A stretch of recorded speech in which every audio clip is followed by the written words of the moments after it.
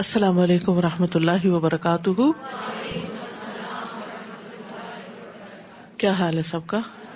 الحمدللہ. نحمده ونصلی علی رسولہ الکریم. اما بعد فاعوذ باللہ من الشیطان الرجیم. بسم اللہ الرحمن الرحیم. رب اشرح لی صدری ویسر لی امری واحلل عقدۃ من لسانی یفقہوا قولی. علم کو عمل کے لیے سیکھنا چاہیے. رسول اللہ صلی اللہ علیہ وسلم نے فرمایا، اس شخص کی مثال جو لوگوں کو بھلائی سکھاتا ہے لیکن اپنے آپ کو بھول جاتا ہے، ایک چراغ کی سی ہے جو لوگوں کو تو روشنی دیتا ہے مگر خود کو جلاتا ہے. ابو درداء کہتے ہیں کہ تم عالم نہیں بنو گے حتیٰ کہ تم متعلم یعنی علم سیکھنے والے بنو. یعنی کوئی شخص جب تک علم سیکھتا نہیں اس وقت تک عالم نہیں بنتا، اور تم علم سے عالم نہیں بن سکتے، یعنی صرف سیکھنا بھی کافی نہیں حتیٰ کہ تم اس پر عمل کرو. اور تمہارے گناہ کے لیے یہی کافی ہے کہ تم بحث مباحثہ کرنے والے بن جاؤ. یعنی علم حاصل کرنے کا مقصد لوگوں کے ساتھ بحث مباحثہ نہیں ہونا چاہیے. اور تمہارے گناہ کے لیے یہی کافی ہے کہ تم جھگڑا کرنے والے بن جاؤ، یعنی علم کی بنا پر.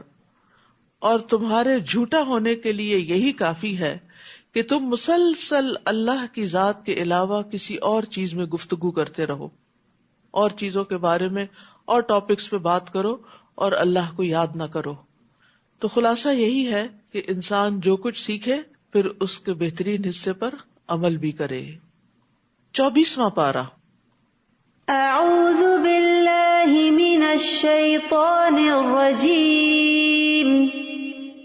بسم اللہ الرحمن الرحیم. فمن اظلم ممن كذب على الله وكذب بالصدق اذ جاءه أليس في جهنم مثوى للكافرين والذي جاء بالصدق وصدق به أولئك هم المتقون. شروع کرتی ہوں اللہ کے نام سے جو بے انتہا مہربان نہایت رحم فرمانے والا ہے. فمن اظلم ممن كذب على الله وكذب بالصدق اذ جاءه اليس في جهنم مثوى للكافرين. پھر اس شخص سے بڑھ کر ظالم کون ہوگا جس نے اللہ پر جھوٹ باندھا اور جب سچی بات اس کے سامنے آئی تو اسے جھٹلا دیا. کیا ایسے کافروں کا دوزخ میں ہی ٹھکانہ نہیں؟ یہاں اللہ سبحانہ تعالیٰ اپنے بندوں کو ڈراتے اور خبردار کرتے ہوئے فرما رہے ہیں کہ اس شخص سے بڑا کوئی ظالم نہیں ہو سکتا جو اللہ پہ جھوٹ باندھے، یعنی کسی ایسی چیز کو اللہ کی طرف منسوب کرے جو اس کے جلال کے شان کے لائق نہیں، یا پھر یہ کہ وہ نبوت کا دعویٰ کرے کہ مجھے اللہ نے نبی بنایا ہے حالانکہ اللہ نے اس کو نبی نہیں بنایا. اسی طرح جہالت کی بنا پر بھی اللہ سبحانہ تعالیٰ کی شان کے بارے میں، اس کی ذات کے بارے میں، اس کی صفات کے بارے میں کوئی غلط بات نہیں کرنی چاہیے. جیسے کہ سورۃ الاعراف میں آتا ہے وَأَن تَقُولُوا عَلَى اللَّهِ مَا لَا تَعْلَمُونَ، کہ اللہ کے بارے میں تم وہ بات کرو جو تم جانتے نہیں. تو یہ بدترین بات ہوتی ہے بغیر علم کے اللہ تعالیٰ کے متعلق کوئی بات کرنا. اسی طرح اس شخص سے بڑا ظالم بھی کوئی نہیں جس کے پاس حق واضح آیا، یعنی واضح دلائل کے ساتھ حق آ گیا لیکن اس نے حق کو نہیں مانا. تو حق کی تکذیب بھی بہت بڑا ظلم ہوتا ہے. ایسے لوگ جو اللہ پہ جھوٹ باندھے اور حق کو جھٹلائیں ان کا ٹھکانہ جہنم ہے. اور اس کے برعکس والذی جاء بالصدق وصدق به اولئک هم المتقون، اور جو شخص سچی بات لایا اور جس نے اس کی تصدیق کی تو یہی لوگ پرہیزگار ہیں. یعنی اللہ سبحانہ تعالیٰ جھوٹے اور جھٹلانے والے کا جرم اور اس کی سزا ذکر کرنے کے بعد سچے انسان اور اس کی تصدیق کرنے کے ثواب کا ذکر کرتے ہیں کہ جو شخص سچی بات لائے، سچ بات بتائے لوگوں کو اور اپنے قول اور عمل میں بھی سچائی کا حامل ہو، تو اس سے مراد کون ہوتے ہیں؟ پیغمبر ہوتے ہیں، ان کے فالوورز ہوتے ہیں. اور پھر جو ان کی تصدیق کرتے ہیں، وصدق بہ، سچی بات کو سچ ماننا بھی، یہ بھی ایک بہت بڑی نیکی ہے. کیونکہ بعض اوقات انسان سچی بات تو کرتا ہے، سچ بولتا ہے، سچ کو پسند بھی کرتا ہے، لیکن بعض اوقات انا کا شکار بھی ہو جاتا ہے اور کسی کی درست بات کو مان کے نہیں دیتا. تو انا کا شکار ہونا اور حق کو پہچاننے کے باوجود اس کا انکار کرنا، یہ بھی درست نہیں. لیکن جس کے اندر یہ دونوں صفات پائی جاتی ہوں، خود بھی سچا ہو اور اس کے ساتھ ساتھ وہ سچائی کی تصدیق کرے، یعنی سچ سامنے آ جائے تو اس کو سچ مانے، اس کو سچ کہے، تو یہی لوگ دراصل متقی ہوتے ہیں. کیونکہ تقوی کے علاوہ کوئی چیز نہیں جو انسان کے اندر یہ خوبی پیدا کرے. اور سچائی کی جہاں تک بات ہے تو سچ جو ہے وہ اللہ تعالیٰ کو بہت پسند ہے. عبداللہ رضی اللہ عنہ سے روایت ہے کہ نبی صلی اللہ علیہ وسلم نے فرمایا، یقیناً سچ نیکی کی طرف رہنمائی کرتا ہے اور نیکی جنت کی طرف لے جاتی ہے، اور آدمی مسلسل سچ بولتا رہتا ہے یہاں تک کہ اللہ کے ہاں صدیق لکھ لیا جاتا ہے، اور بلا شبہ جھوٹ برائی کی طرف رہنمائی کرتا ہے اور برائی آگ کی طرف لے جاتی ہے، اور آدمی مسلسل جھوٹ بولتا رہتا ہے یہاں تک کہ اللہ کے ہاں جھوٹا لکھ لیا جاتا ہے. تو جو سچے لوگ ہیں، جو متقی لوگ ہیں، ان کے بارے میں کیا جزا بتائی گئی، لہم ما یشاؤون عند ربہم ذالک جزاء المحسنین، ان کے لیے وہ ہوگا جو وہ چاہیں گے ان کے رب کے ہاں. یعنی جب اللہ کے پاس واپس لوٹ کر جائیں گے تو انہیں وہ ملے گا جو وہ پسند کریں گے. نیکی کرنے والوں کا یہی بدلہ ہے محسنین کا. محسن وہ ہوتا ہے جس کے اندر اخلاص ہو، اور اخلاص والا اللہ کی عبادت ایسے کرتا ہے گویا وہ اللہ کو دیکھ رہا ہو، اس کا دھیان ادھر ادھر نہ ہو، وہ شرک اکبر اور شرک اصغر دونوں سے پاک ہو. جیسے حضرت جبریل علیہ السلام جب آ کر حضور صلی اللہ علیہ وسلم سے سوال کر رہے تھے تو حدیث جبریل میں مل احسان کے جواب میں آپ نے کیا فرمایا، ان تعبد اللہ کأنک تراہ، کہ تم اللہ کی عبادت اس طرح کرو گویا تم اللہ کو دیکھ رہے ہو. تو یہ محسن کا کردار ہوتا ہے. یعنی محسن اپنے رویے کے اندر بہت مخلص ہوتا ہے. پھر اسی طرح جو دوسروں کو ان کے حق سے زیادہ دیتا ہے وہ بھی محسن ہوتا ہے. پھر اسی طرح ہر طرح کی نیکی جو ہے وہ احسان کہلاتی ہے. تو محسنین کو کیا ملے گا قیامت کے دن؟ جو وہ طلب کریں گے، جو وہ تمنا کریں گے. لِيُكَفِّرَ اللَّهُ عَنْهُمْ أَسْوَأَ الَّذِي عَمِلُوا، تاکہ اللہ ان سے وہ برائیاں دور کر دے جو انہوں نے کی تھیں. کیونکہ چاہے کوئی محسن ہو، متقی ہو، مومن ہو، کوئی بھی ہو، لیکن یہ پاسبل نہیں ہے کہ کوئی اس سے غلطی نہ ہو. یہ ناممکن ہے، اس سے غلطی ہوگی. ہر انسان سے کوئی کتنا ہی نیک اور پاک باز کیوں نہ ہو، اس سے غلطی ہو جاتی ہے. تو پھر ایسی صورت میں اللہ سبحانہ وتعالی محسنین کی برائیاں ان سے دور کر دے گا، تاکہ اللہ ان سے وہ برائیاں دور کر دے جو انہوں نے کی تھی، اور جو اچھے کام وہ کرتے رہے انہی کے لحاظ سے انہیں ان کا اجر عطا کرے. کیا اللہ تعالیٰ اپنے بندے کو کافی نہیں؟ اور یہ لوگ آپ کو ان سے ڈراتے ہیں جو اس کے سوا ہیں، اور جسے اللہ گمراہ کر دے اسے کوئی ہدایت دینے والا نہیں.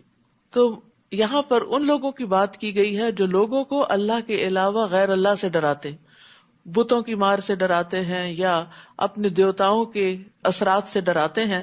لیکن مومن ہمیشہ صرف اللہ سے ڈرتا ہے. غیر اللہ سے ڈرنا مشرکین کا طریقہ ہے. تو انسان جب بھی کوئی کام کرے، جب بھی کوئی رزق لے، تو اس معاملے میں اللہ پر بھروسہ کرے، اللہ سے دعا کرے، کیونکہ اللہ ہی کام بنانے والا ہے. وَتَوَكَّلْ عَلَى الْحَيِّ الَّذِي لَا يَمُوتُ، آپ اس زندہ پر بھروسہ کرو جو کبھی مرے گا نہیں، اور وہ صرف اللہ ہی کی ذات ہے.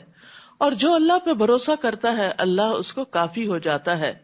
اور آپ دیکھیے کہ جب آپ اپنے معاملات اللہ کے سپرد کرتے ہیں اور بھروسہ کرتے ہیں تو آپ کا دل بڑا ہو جاتا ہے، آپ کی ہمت بڑھ جاتی، آپ سمجھتے ہیں کہ کوئی ہے جو یہ سب کچھ کر سکتا ہے. وَمَن يَتَوَكَّلْ عَلَى اللَّهِ فَهُوَ حَسْبُهُ، جو کوئی اللہ پہ بھروسہ کرے تو وہ اسے کافی ہو جاتا ہے. اور اسی طرح اللہ پر بھروسہ کرنے سے انسان کو دشمن سے حفاظت بھی ملتی ہے. جیسا کہ اس مشہور واقعے میں ہم دیکھتے ہیں کہ نبی صلی اللہ علیہ وسلم ایک غزوے کے بعد دوپہر کو کہیں آرام کر رہے تھے ایک درخت کے سائے تلے، اور آپ کی تلوار اس درخت کے ساتھ لٹک رہی تھی. تو اتنے میں ایک دشمن آیا اور اس نے وہ تلوار اتار کر آپ کے اوپر سونت دی اور آپ سے کہا کہ آپ کو مجھ سے کون بچائے گا. تو آپ نے کیا فرمایا، میرا اللہ. آپ سوچئے وہ کیا سچویشن ہوگی کہ جب سر پہ ایک شخص تلوار لہرائے کھڑا ہے، اس وقت انسان کو کچھ سوچتا بھی نہیں. لیکن انبیاء کا ایمان کامل ایمان ہوتا ہے جس کے اندر توکل بھی ہوتی ہے، کیونکہ توکل بھی ایمان کا حصہ ہے. وَمَن يَهْدِ اللَّهُ فَمَا لَهُ مِن مُضِلٍّ أَلَيْسَ اللَّهُ بِعَزِيزٍ ذِي انتقام. اور جسے اللہ ہدایت دے دے اسے کوئی گمراہ کرنے والا نہیں. کیا اللہ سب پر غالب اور انتقام لینے والا نہیں؟ اور اگر آپ ان سے پوچھیں کہ آسمانوں اور زمین کو کس نے پیدا کیا تو یقیناً کہیں گے کہ اللہ نے. یعنی مشرکین مکہ بھی اس بات کو مانتے تھے کہ آسمان و زمین کا خالق، ہر چیز کا خالق اللہ ہی ہے. ان کے پتھر اور لکڑی کے بت کسی چیز کو پیدا کرنے کے قابل نہیں، بلکہ انہوں نے خود ہی ان کو بنایا ہے. تو یقیناً کہیں گے کہ اللہ نے. آپ انہیں کہیے بھلا دیکھو جنہیں تم اللہ کے سوا پکارتے ہو، اگر اللہ مجھے کوئی تکلیف پہنچانا چاہے تو تمہارے معبود اس کی پہنچائی ہوئی تکلیف کو کیا دور کر سکتے ہیں؟ نہیں. یا اگر وہ مجھ پر رحمت کرنا چاہے تو یہ اس کی رحمت کو روک سکتے ہیں؟ نہیں. آپ ان سے کہیے مجھے اللہ کافی ہے اور بھروسہ کرنے والے اسی پر ہی بھروسہ کرتے ہیں. قل حسبی اللہ علیہ یتوکل المتوکلون. سورۃ الزمر جو ہے اس میں توحید کا سبق ہے اور توکل بھی توحید کا ایک حصہ ہے. اور اس توکل کے لیے جو الفاظ استعمال کرنے چاہیے وہ بھی یہاں سکھا دیے گئے ہیں. آپ کہہ دیجئے کہ قل حسبی اللہ، کہ اللہ مجھے کافی ہے. یہ کلمہ جو ہے حسبی اللہ ایک مبارک کلمہ ہے جو دو مقامات پر کہا جاتا ہے. ایک نفع حاصل کرنے کے موقع پر، یعنی جس وقت انسان کو کوئی فائدہ حاصل کرنا ہو، اور دوسرے نقصان کو دور کرنے کے موقع پر.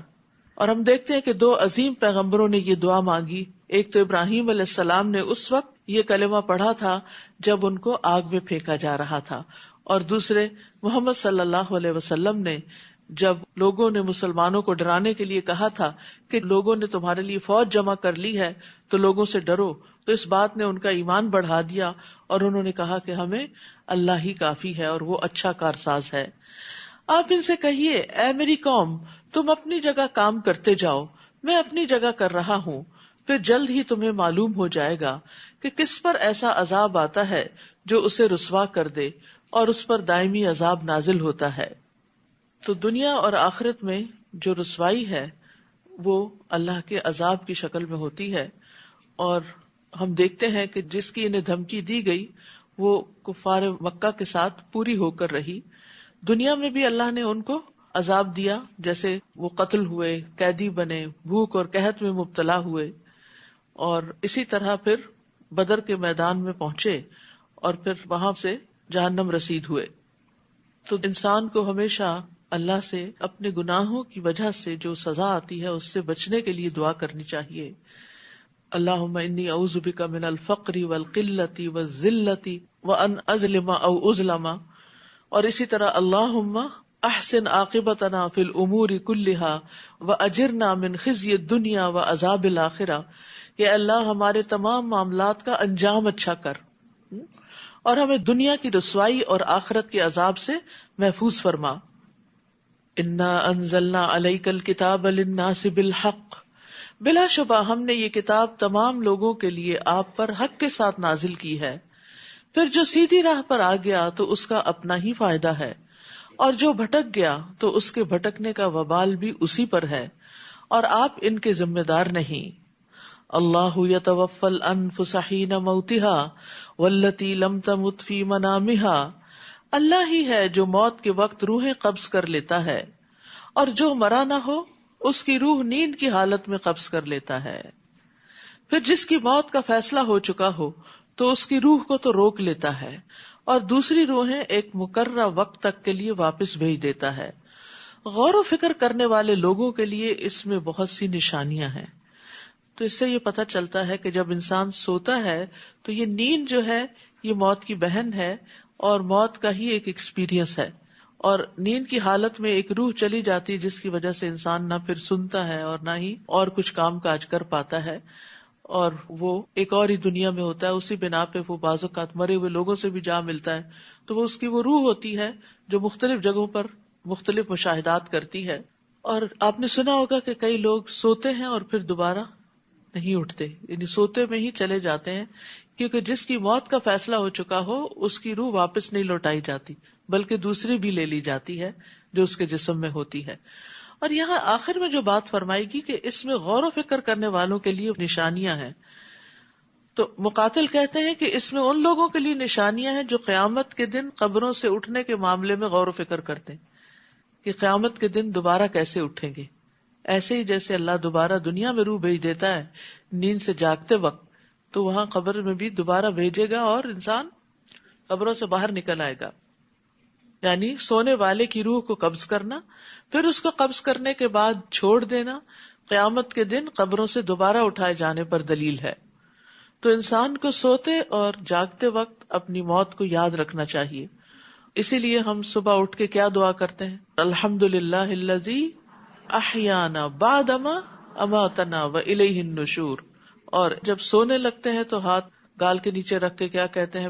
اللہم بسمک اموت و احیا۔ اور اسی طرح بسمک ربی وضعت جنبی وبک ارفعہ، ان امسکت نفسی فرحمها یا فاغفر لها، دونوں طرح آتا ہے۔ وَإِنْ أَرْسَلْتَهَا فَاحْفَظْهَا بِمَا تَحْفَظُ بِهِ عِبَادَكَ الصَّالِحِينَ، کہ میرے رب تیرے نام سے میں نے اپنا پہلو رکھا، تیرے ہی نام سے اٹھاؤں گا، اگر تو نے میری جان کو روک لیا تو اس پہ رحم کرنا، یعنی اگر روح واپس نہیں لوٹائی تو رحم فرمانا، اور اگر اس کو چھوڑ دیا یعنی زندگی باقی رکھی تو اس کی اس طرح حفاظت کرنا جس طرح تو اپنے نیک بندوں کی حفاظت کرتا ہے۔ تو اس سے یہ بھی پتہ چلتا ہے کہ اللہ اپنے نیک بندوں کی حفاظت کرتا ہے۔ تو اگر ہم حفاظت چاہتے ہیں تو ہمیں زیادہ سے زیادہ نیک کام کرنے چاہیے اور گناہوں کو چھوڑ دینا چاہیے۔ کیا ان لوگوں نے اللہ کے سوا کچھ اور سفارشی بنا رکھے ہیں؟ آپ ان سے کہیے اگر وہ کسی چیز کا اختیار ہی نہ رکھتے ہوں اور نہ عقل رکھتے ہوں تو پھر سفارش کیسے کریں گے؟ آپ ان سے کہیے کہ سفارش پوری کی پوری اللہ ہی کے اختیار میں ہے، آسمانوں اور زمین میں اسی کی حکومت ہے، پھر تم اسی کی طرف لوٹائے جاؤ گے۔ اور جب اللہ اکیلے کا ذکر کیا جائے تو جو لوگ آخرت پر ایمان نہیں رکھتے ان کے دل گھٹ جاتے ہیں، اور جب اللہ کے علاوہ دوسروں کا ذکر کیا جائے تو بڑے خوش ہو جاتے ہیں۔ ہمیں بھی سوچنا چاہیے کہ ہمارا دل کس بات پہ گھٹتا ہے اور کس پہ خوش ہوتا ہے۔ کیا اللہ کے ذکر پہ تو نہیں ہمارا دل گھٹتا کہ ہاں اتنی دیر اللہ کی باتیں سننی پڑے گی یا پڑھنی ہوگی یا کرنی ہوگی کوئی، لیکن دوسری طرف مومن جو ہوتا ہے جب اللہ کا ذکر کیا جاتا ہے تو اس کا دل خوش ہو جاتا ہے، مطمئن ہو جاتا ہے، وہ دل لگا کے وہ بات سنتا ہے۔ اور مشرکین کیا کرتے تھے؟ غیر اللہ کے ذکر سے خوش ہوتے تھے اور اللہ کے ذکر پر ان کے دل گھٹ جاتے تھے۔ اور یہ ہر انسان پہ ویری کرتا ہے کہ وہ کس چیز کو پسند کرتا ہے، کیونکہ جو جس چیز کو پسند کرتا ہے اس کا ذکر آتے ہی اس کے منہ پہ مسکراہٹ آ جاتی۔ یعنی آپ دیکھیے اپنی عام زندگی میں بھی کہ کون سی چیزیں ہیں جن کے ذکر سے بھی آپ خوش ہو جاتے ہیں، تو یقیناً وہ چیزیں ہوں گی جو آپ کی پسندیدہ ہیں، اور کون سی چیزیں ہیں جن کا نام سنتے ہی آپ کے اندر ایک وحشت اور گھبراہٹ شروع ہو جاتی ہے۔ تو اس سے بھی آپ اپنا جائزہ لے سکتے ہیں کہ آپ کہاں کھڑے ہیں، یعنی آپ کا ایمان کتنا ہے اور آپ کی دلچسپیاں کتنی ہیں۔ تو ایمان والے جو ہیں وہ دن کے مختلف اوقات میں اللہ کو یاد کرتے ہیں اور اس کی طرف رجوع کرتے ہیں اور خوش ہوتے ہیں۔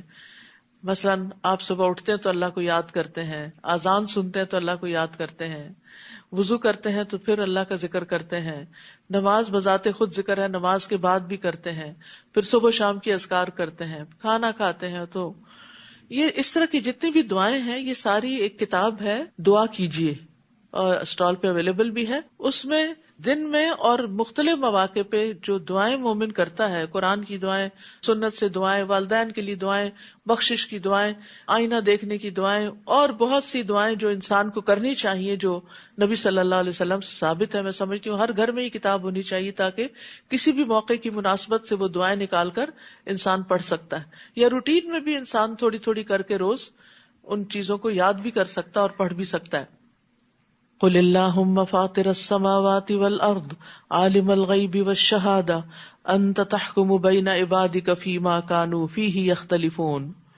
آپ کہیے اے اللہ آسمانوں اور زمین کے پیدا کرنے والے، غیب اور حاضر کو جاننے والے، تو ہی اپنے بندوں میں ایسی چیز کا فیصلہ کرے گا جس میں وہ اختلاف کر رہے ہیں، اور اگر ان ظالموں کو زمین کی ساری دولت میسر ہو اور اتنی ہی اور بھی ہو تو وہ روز قیامت کے برے عذاب سے بچنے کے لیے فدیے میں دینے کو تیار ہو جائیں گے. اس دن اللہ کی طرف سے ان کے لیے ایسا عذاب ظاہر ہوگا جو ان کے وہم و گمان میں بھی نہ ہوگا. تو یہاں ہم دیکھتے ہیں کہ یہ جو بات ہے نا وَبَدَا لَهُم مِّنَ اللَّهِ مَا لَمْ يَكُونُوا يَحْتَسِبُونَ، کہ اس دن اللہ کی طرف سے ایسا عذاب ظاہر ہوگا جس کا انہوں نے سوچا بھی نہ ہوگا. تو پائس پری ڈیسیسرز اسلاف جو تھے وہ اس آیت سے بہت ڈرتے تھے کہ کہیں ایسا نہ ہو کہ ہم یہ سمجھے کہ ہم بڑے اچھے اچھے کام کر رہے ہیں اور کل جائیں اور وہاں دیکھیں تو وہ اچھے کاموں میں شامل ہی نہیں ہوئے ہوں.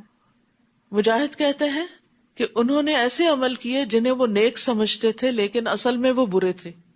انٹینشن کی وجہ سے ہو گئے یا طریقہ غلط تھا یا کوئی بدعت تھی، اور ہو سکتا ہے کہ انہوں نے یہ گمان کر لیا ہو کہ ان کے یہ گناہ توبہ کے بغیر ہی معاف ہو جائیں گے. یہ تو چھوٹی سی بات ہے. دیکھیں جن گناہوں کو ہم چھوٹا سمجھتے ہیں نا ان پہ توبہ نہیں کرتے، لیکن کل کو وہی بہت بڑے بن سکتے ہیں. سفیان ثوری کہتے ہیں ریاکاری کرنے والوں کے لیے تباہی ہے، تباہی ہے.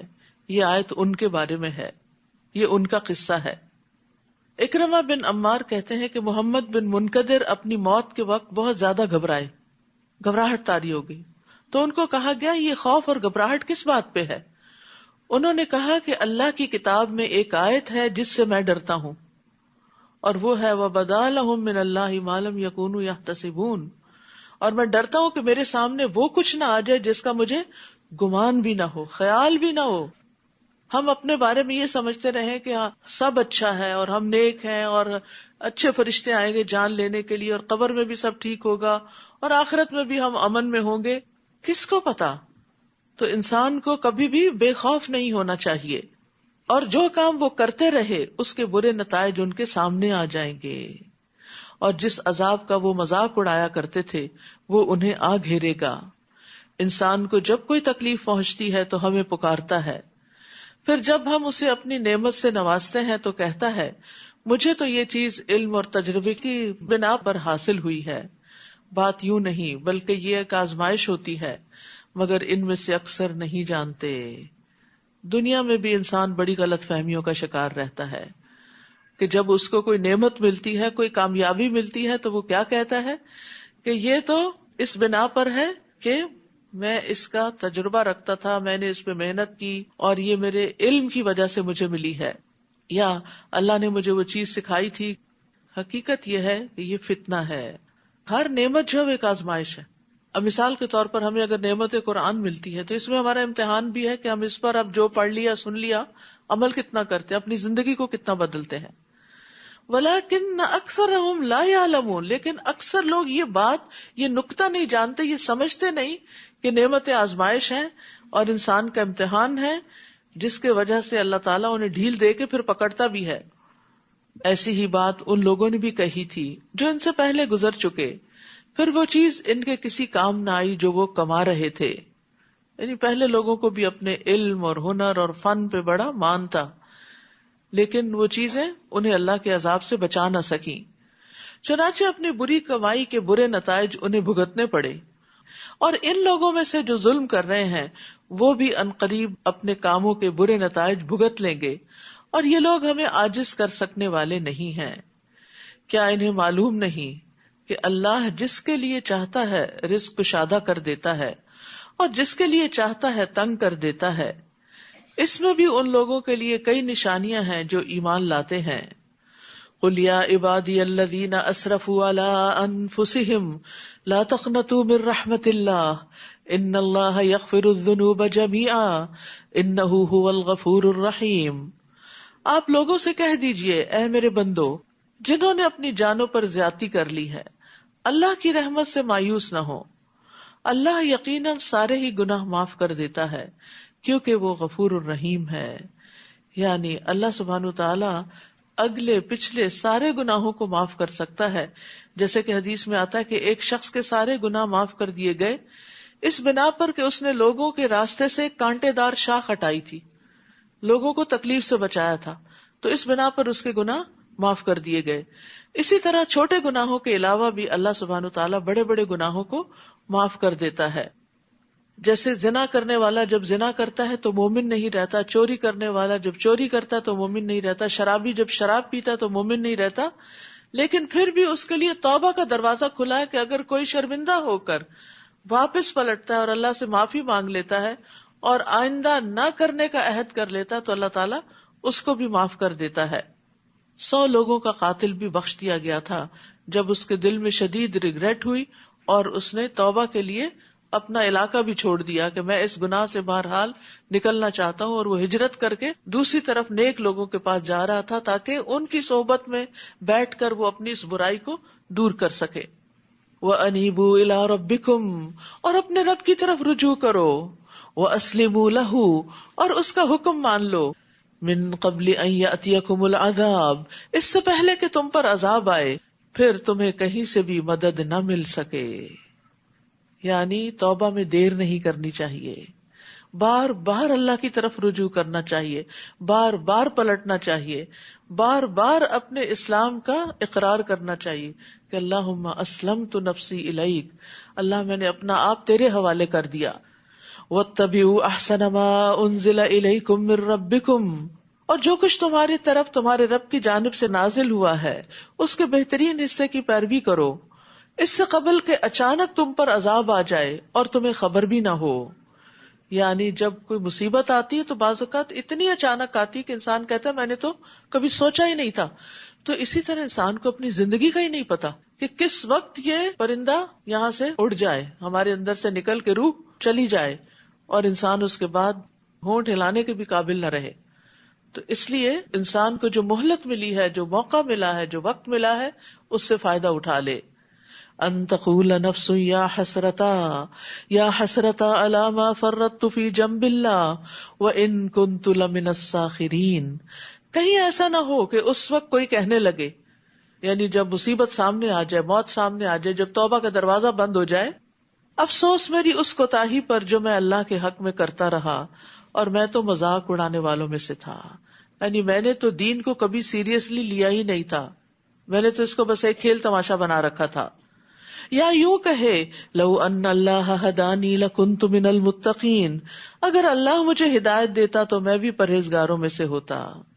یا جب عذاب دیکھے تو کہنے لگے لو ان لی کرۃ فاکون من المحسنین، مجھے ایک اور موقع مل جائے تو میں نیک کام کرنے والوں میں شامل ہو جاؤں.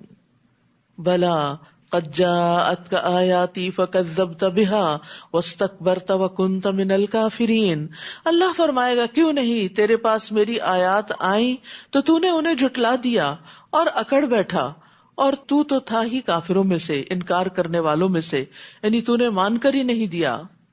وَيَوْمَ الْقِيَامَةِ تَرَى الَّذِينَ كَذَبُوا عَلَى اللَّهِ وُجُوهُهُمْ مُسْوَدَّةٌ، جن لوگوں نے اللہ پر جھوٹ بولا تھا قیامت کے دن آپ دیکھ لیں گے کہ ان کے چہرے سیاہ ہو رہے ہوں گے. پارے کا آغاز اسی بات سے شروع ہوا کہ اس سے بڑا ظالم کون ہے جو اللہ پہ جھوٹ باندھے، اور یہاں اس کی سزا بتا دی گئی کہ جو اللہ پہ جھوٹ باندھتے ہیں قیامت کے دن ان کے چہرے سیاہ ہوں گے. کیا جہنم میں تکبر کرنے والوں کا ٹھکانہ نہیں؟ یعنی بہت ہے. وَيُنَجِّ اللَّهُ الَّذِينَ اتَّقَوْا بِمَفَازَتِهِمْ لَا يَمَسُّهُمُ السُّوءُ وَلَا هُمْ يَحْزَنُونَ، اور جو لوگ اللہ سے ڈرتے رہے اللہ انہیں ان کی کامیابی کی وجہ سے ہر جگہ پر نجات دے گا، انہیں نہ تو کوئی تکلیف پہنچے گی اور نہ وہ غمزدہ ہوں گے. اللہ خالق کل شیء وہو علی کل شیء وکیل، اللہ ہی ہر چیز کا خالق ہے، ہر چیز اللہ نے پیدا کی ہے اور وہی ہر چیز کا نگہبان بھی ہے، سب چیزوں کی نگرانی بھی وہی کر رہا ہے کہ یہ چیزیں کیسے کام کر رہی ہیں اس کی منشا کے مطابق یا نہیں. لہو مقالید السماوات والارض، آسمانوں اور زمین کی کنجیاں اسی کے پاس ہیں، سارے خزانوں کا مالک وہی ہے. اور جن لوگوں نے اللہ کی آیات کا انکار کیا وہی خسارہ اٹھانے والے ہیں. آپ ان سے کہیے اے جاہلو، کیا تم مجھے یہ مشورہ دیتے ہو کہ میں اللہ کے سوا کسی دوسرے کی عبادت کروں؟ افغیر اللہ تأمرونی اعبد ایھا الجاہلون، حالانکہ آپ کی طرف یہ وحی کی جا چکی ہے اور ان لوگوں کی طرف بھی جو آپ سے پہلے تھے کہ اگر آپ نے شرک کیا تو آپ کے عمل بھی برباد ہو جائیں گے اور آپ خسارہ اٹھانے والوں میں شامل ہو جائیں گے. یعنی شرک کا گناہ کسی سے بھی قابل قبول نہیں. تو اس لیے انسان کو سب سے زیادہ جس چیز کی فکر ہونی چاہیے وہ اپنی زندگی سے شرک نکالنے کی. اور وہ کب نکالے گا؟ جب اس کو پتا ہوگا کہ شرک ہے کیا. کیونکہ اگر یہ پتا ہی نہیں کہ شرک کیا ہے تو شرک سے نکلے گا کیسے انسان. تو اس لیے فَاعْلَمْ أَنَّهُ لَا إِلَٰهَ إِلَّا هُوَ، اس بات کا علم حاصل کرو کہ اللہ تعالیٰ ایک ہے. اور کون سی چیزیں اللہ کی ذات میں یا صفات میں شریک بن جاتی ہیں اور کیا کہنا شرک ہو جاتا ہے، ان باتوں کا خوب علم ہونا چاہیے، ورنہ تو اللہ سبحانہ تعالیٰ شرک کو معاف نہیں کرے گا. باقی گناہ تو چاہے سزا دیے بغیر معاف کر دے یا سزا دے کے معاف کرے. بل اللہ فاعبد وکم من الشاکرین، بلکہ آپ اللہ ہی کی عبادت کیجیے اور اس کے شکر گزار بن کر رہیے. اور ان لوگوں نے اللہ کی قدر نہیں کی جیسا کہ اس کی قدر کرنے کا حق ہے. قیامت کے دن ساری زمین اس کی مٹھی میں اور تمام آسمان اس کے دائیں ہاتھ میں لپیٹے ہوئے ہوں گے. وہ ان باتوں سے پاک اور بالا تر ہے جو یہ لوگ اس کے شریک ٹھہراتے ہیں. اللہ سبحانہ تعالیٰ کی عظمت اور قدر کو حقیقت میں ہم لوگ نہیں جانتے، لیکن یہ ہے کہ اگر انسان جان لے تو پھر اس کے اندر لازماً اللہ کی عبادت کا شوق آ جائے، وہ اس کے آگے جھک جائے. کیونکہ ہوتا یہ ہے کہ دنیا میں جب ہم کسی سے انسپائر ہوتے ہیں اور وہ ہمارے ہی جیسے انسان ہوتے ہیں، تھوڑی بہت اگر ان کی کوئی اچیومنٹ ہوتی ہے تو ہم ان کے آگے جھک جاتے ہیں، ان کے مطیع ہو جاتے ہیں، سرنگوں ہو جاتے ہیں. تو سوچئے کہ جو شخص اللہ کو پہچان لے پھر کیا وہ اللہ کے آگے نہیں جھکے گا؟ ہو ہی نہیں سکتا کہ وہ اللہ کے آگے پھر نہ جھکے. تو یہ اللہ کی ناقدری ہے، اللہ کو نہ پہچاننا ہے کہ انسان پھر اس کی طرف رجوع نہیں کرتا. عبداللہ ابن عمر کہتے ہیں کہ رسول اللہ صلی اللہ علیہ وسلم نے فرمایا، قیامت کے دن اللہ عز و جل آسمانوں کو لپیٹ لے گا، پھر انہیں اپنے دائیں ہاتھ میں لے کے فرمائے گا، میں بادشاہ ہوں، کہاں ہے جبار، کہاں ہے تکبر کرنے والے. پھر زمینوں کو اپنے بائیں ہاتھ میں لے کر لپیٹے گا اور فرمائے گا، میں بادشاہ ہوں، کہاں ہے جبار، کہاں ہے تکبر کرنے والے. تو اللہ کے سامنے تو کوئی پر نہیں مار سکتا. اس لیے جب ہم اللہ اکبر کہیں تو واقعی دل سے کہا کریں کہ وہی سب سے بڑا ہے. اور جب سور پھونکا جائے گا تو جو بھی آسمانوں اور زمین میں موجود مخلوق ہے سب بے ہوش ہو کر گر پڑیں گے مگر جسے اللہ بچانا چاہے. پھر جب دوسری بار سور پھونکا جائے گا تو فوراً سب کے سب اٹھ کر دیکھنے لگیں گے. وَأَشْرَقَتِ الْأَرْضُ بِنُورِ رَبِّهَا، اور زمین اپنے رب کے نور سے جگمگا اٹھے گی، چمک اٹھے گی، اور سب کی کتاب اعمال لا کر رکھ دی جائے گی، بک آف ڈیڈ، اور انبیاء اور تمام گواہ حاضر کیے جائیں گے، اور لوگوں میں انصاف کے ساتھ فیصلہ کیا جائے گا اور ان پر ظلم نہیں کیا جائے گا. یہ تفصیل بتا دی گئی کہ یہ سب کچھ ہوگا کیسے. اس کے بعد بھی اگر کوئی شخص یہ سمجھے کہ پتہ نہیں حساب ہے کہ نہیں اور ملاقات ہے کہ نہیں اور جنت ہے کہ نہیں اور جہنم ہے کہ نہیں، یقین ہی نہ ہو اس کے اندر، تو پھر اس کا طرز عمل کیسے بدل سکتا ہے. تو اب یہ تو قرآن ہمیں بتا رہا ہے نا کہ اس دن زمین کیسی ہوگی اور کس طرح نامہ اعمال رکھا جائے گا اور کس طرح انبیاء اور گواہ آ جائیں گے اور پھر ہر شخص کا فیصلہ کیا جائے گا، ہر شخص کے اعمال تولے جائیں گے. حدیث میں آتا ہے قیامت کے دن لوگوں کا حشر سفید اور سرخی آمیز زمین پر ہوگا، جیسے میدے کی روٹی صاف اور سفید ہوتی ہے، اس پر کسی چیز کا کوئی نشان نہ ہو. یعنی جب آپ میدے کو بیلتے ہیں نا سموسے وغیرہ بنانے کے لیے تو وائٹ سی جو ٹکیا بنتی ہے، اس طرح پلین بالکل اسموتھ صاف ستھری زمین ہوگی جس پہ ہر شخص کھڑا ہوگا اور کوئی شخص کسی چیز کے پیچھے چھپ نہ سکے گا، اور روشنی بھی ہوگی وہاں. تو پھر ہر شخص کے اعمال اور اس کے کام اور اس کی شکل اور ہر چیز پر واضح بھی ہو جائے گی. ہم سب کو اس جگہ سے گزرنا ہے، یہ سب دیکھنا ہے، اسے اپنی زندگی میں دیکھتے رہا کریں. کبھی اپنے آپ کو کسی جگہ لے جا کے کھڑا کریں، کبھی کسی جگہ کھڑا کریں، تاکہ جس دن یہ پیش آئے تو ہم اس سے بے خبر نہ ہوں. ہمیں پہلے سے پتا یہ تو ہونا تھا، یہ تو رب کا وعدہ تھا اور یہ تو سچا وعدہ تھا. تو جو لوگ اس طرح اس دن کو یاد رکھتے ہیں اور اس کی تیاری کرتے رہتے ہیں، اس دن کے لیے پھر ان کو کوئی ہول نہ ہوگا، وہ امن میں ہوں گے. تو جب اللہ تعالیٰ قیامت کے دن لوگوں کا فیصلہ کرنے آئیں گے تب زمین اس کے نور سے روشن ہوگی. زمین پر روشنی سورج اور چاند کی وجہ سے نہیں ہوگی، کیونکہ سورج چاند تو لپیٹ دیے جائیں گے، ان کی روشنی ختم ہو جائے گی. اور یہ ہم پڑھتے ہیں نا کہ سورج حشر میں بالکل قریب آ جائے گا، تو یہ اس وقت ہوگا جب حشر میں وقوف لمبا ہوگا، ابتدا میں نہیں. اور ہر شخص نے جو عمل کیا ہوگا اسے اس کا پورا بدلہ دے دیا جائے گا، اور جو کچھ وہ کر رہے ہیں اللہ اسے خوب جاننے والا ہے. آپ دیکھیے جو لوگ جاب کرتے ہیں، جو کام کرتے ہیں، اور جب وہ ان کا کام مکمل ہوتا ہے، ان کا ویک مکمل ہوتا ہے یا مہینہ مکمل ہوتا ہے، تو ان کو سیلری ملتی ہے، تو وہ ان کے کام کی اجرت ہوتی ہے، ان کی مزدوری ہوتی ہے. اسی طرح قیامت کے دن بھی ہمارے اعمال کی اجرت ہمیں دی جائے گی، پورا پورا بدلہ، کیونکہ وہ بدلے کا دن ہے. تو انسان کو سوچنا چاہیے کہ اس دن کے لیے جو اعمال کر رہا ہے ان میں وہ کتنا سنجیدہ اور کتنا کمیٹڈ ہے. اور جن لوگوں نے کفر کیا ہوگا انہیں گروہ در گروہ جہنم کی طرف ہانکا جائے گا، یہاں تک کہ جب وہ جہنم پر پہنچ جائیں گے تو اس کے دروازے کھول دیے جائیں گے، اور اس کے داروغے انہیں کہیں گے کیا تمہارے پاس تمہیں میں سے رسول نہیں آئے تھے جو تمہیں رب کی آیات پڑھ کر سناتے؟ کیونکہ ہر شخص پڑھا لکھا نہیں ہوتا کہ خود سے پڑھ سکے، تو اس لیے پڑھ کے سنانے کی جب بات کی گئی تو حجت ہی تمام کر دی گئی.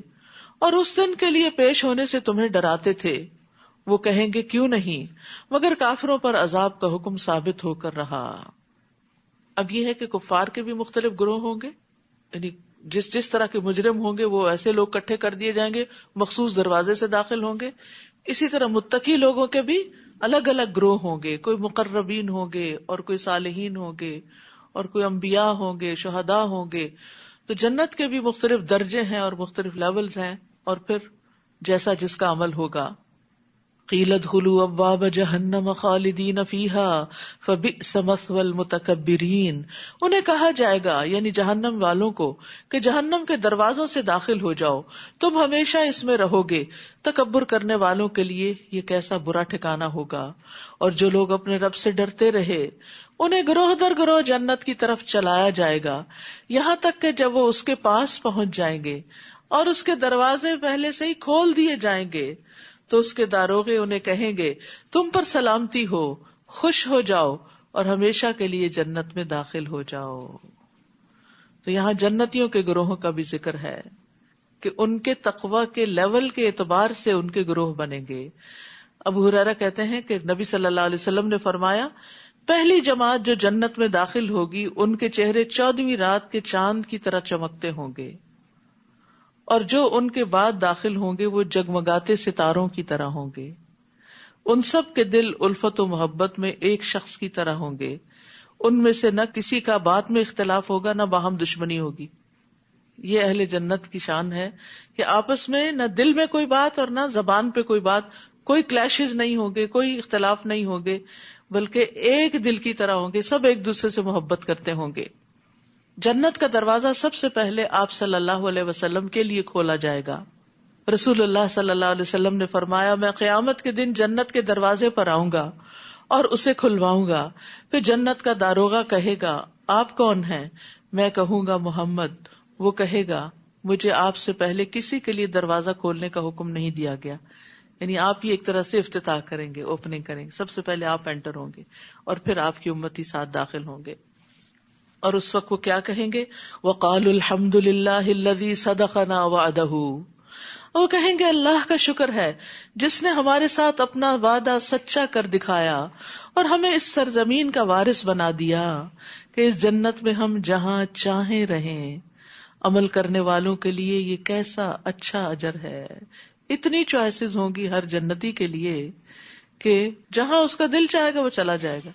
دنیا میں اگر آپ کسی اچھے جگہ پر ہالیڈیز کے لیے جانا بھی چاہیں تو پہلے آپ کو پیسے جمع کرنے ہوتے ہیں، پھر اس کے بعد وہ ساری اس کے ریویوز دیکھتے ہیں، پھر بکنگ کراتے ہیں، پھر کبھی فلائٹس کینسل ہو جاتی ہیں، تو کیا کیا مسائل ہوتے، کتنے ترددات ہوتے ہیں. اور پھر وہاں پہنچ کر بھی بعض اوقات آپ کو اپنی پسند کا ویو نہیں ملتا، کمرہ نہیں ملتا، پسند کا ویدر نہیں ملتا، کئی چیزیں، یعنی وہ تھوڑی سی خوشی ہوتی ہے اور اس کے ساتھ بے شمار ترددات لگے ہوتے.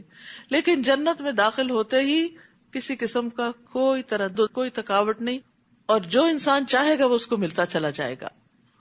اور یہ کس کا اجر ہے؟ عمل کرنے والوں کے لیے یہ کیسا اچھا اجر ہے. اصل بات ہے عمل کی. وَتَرَى الْمَلَائِكَةَ حَافِّينَ مِنْ حَوْلِ الْعَرْشِ.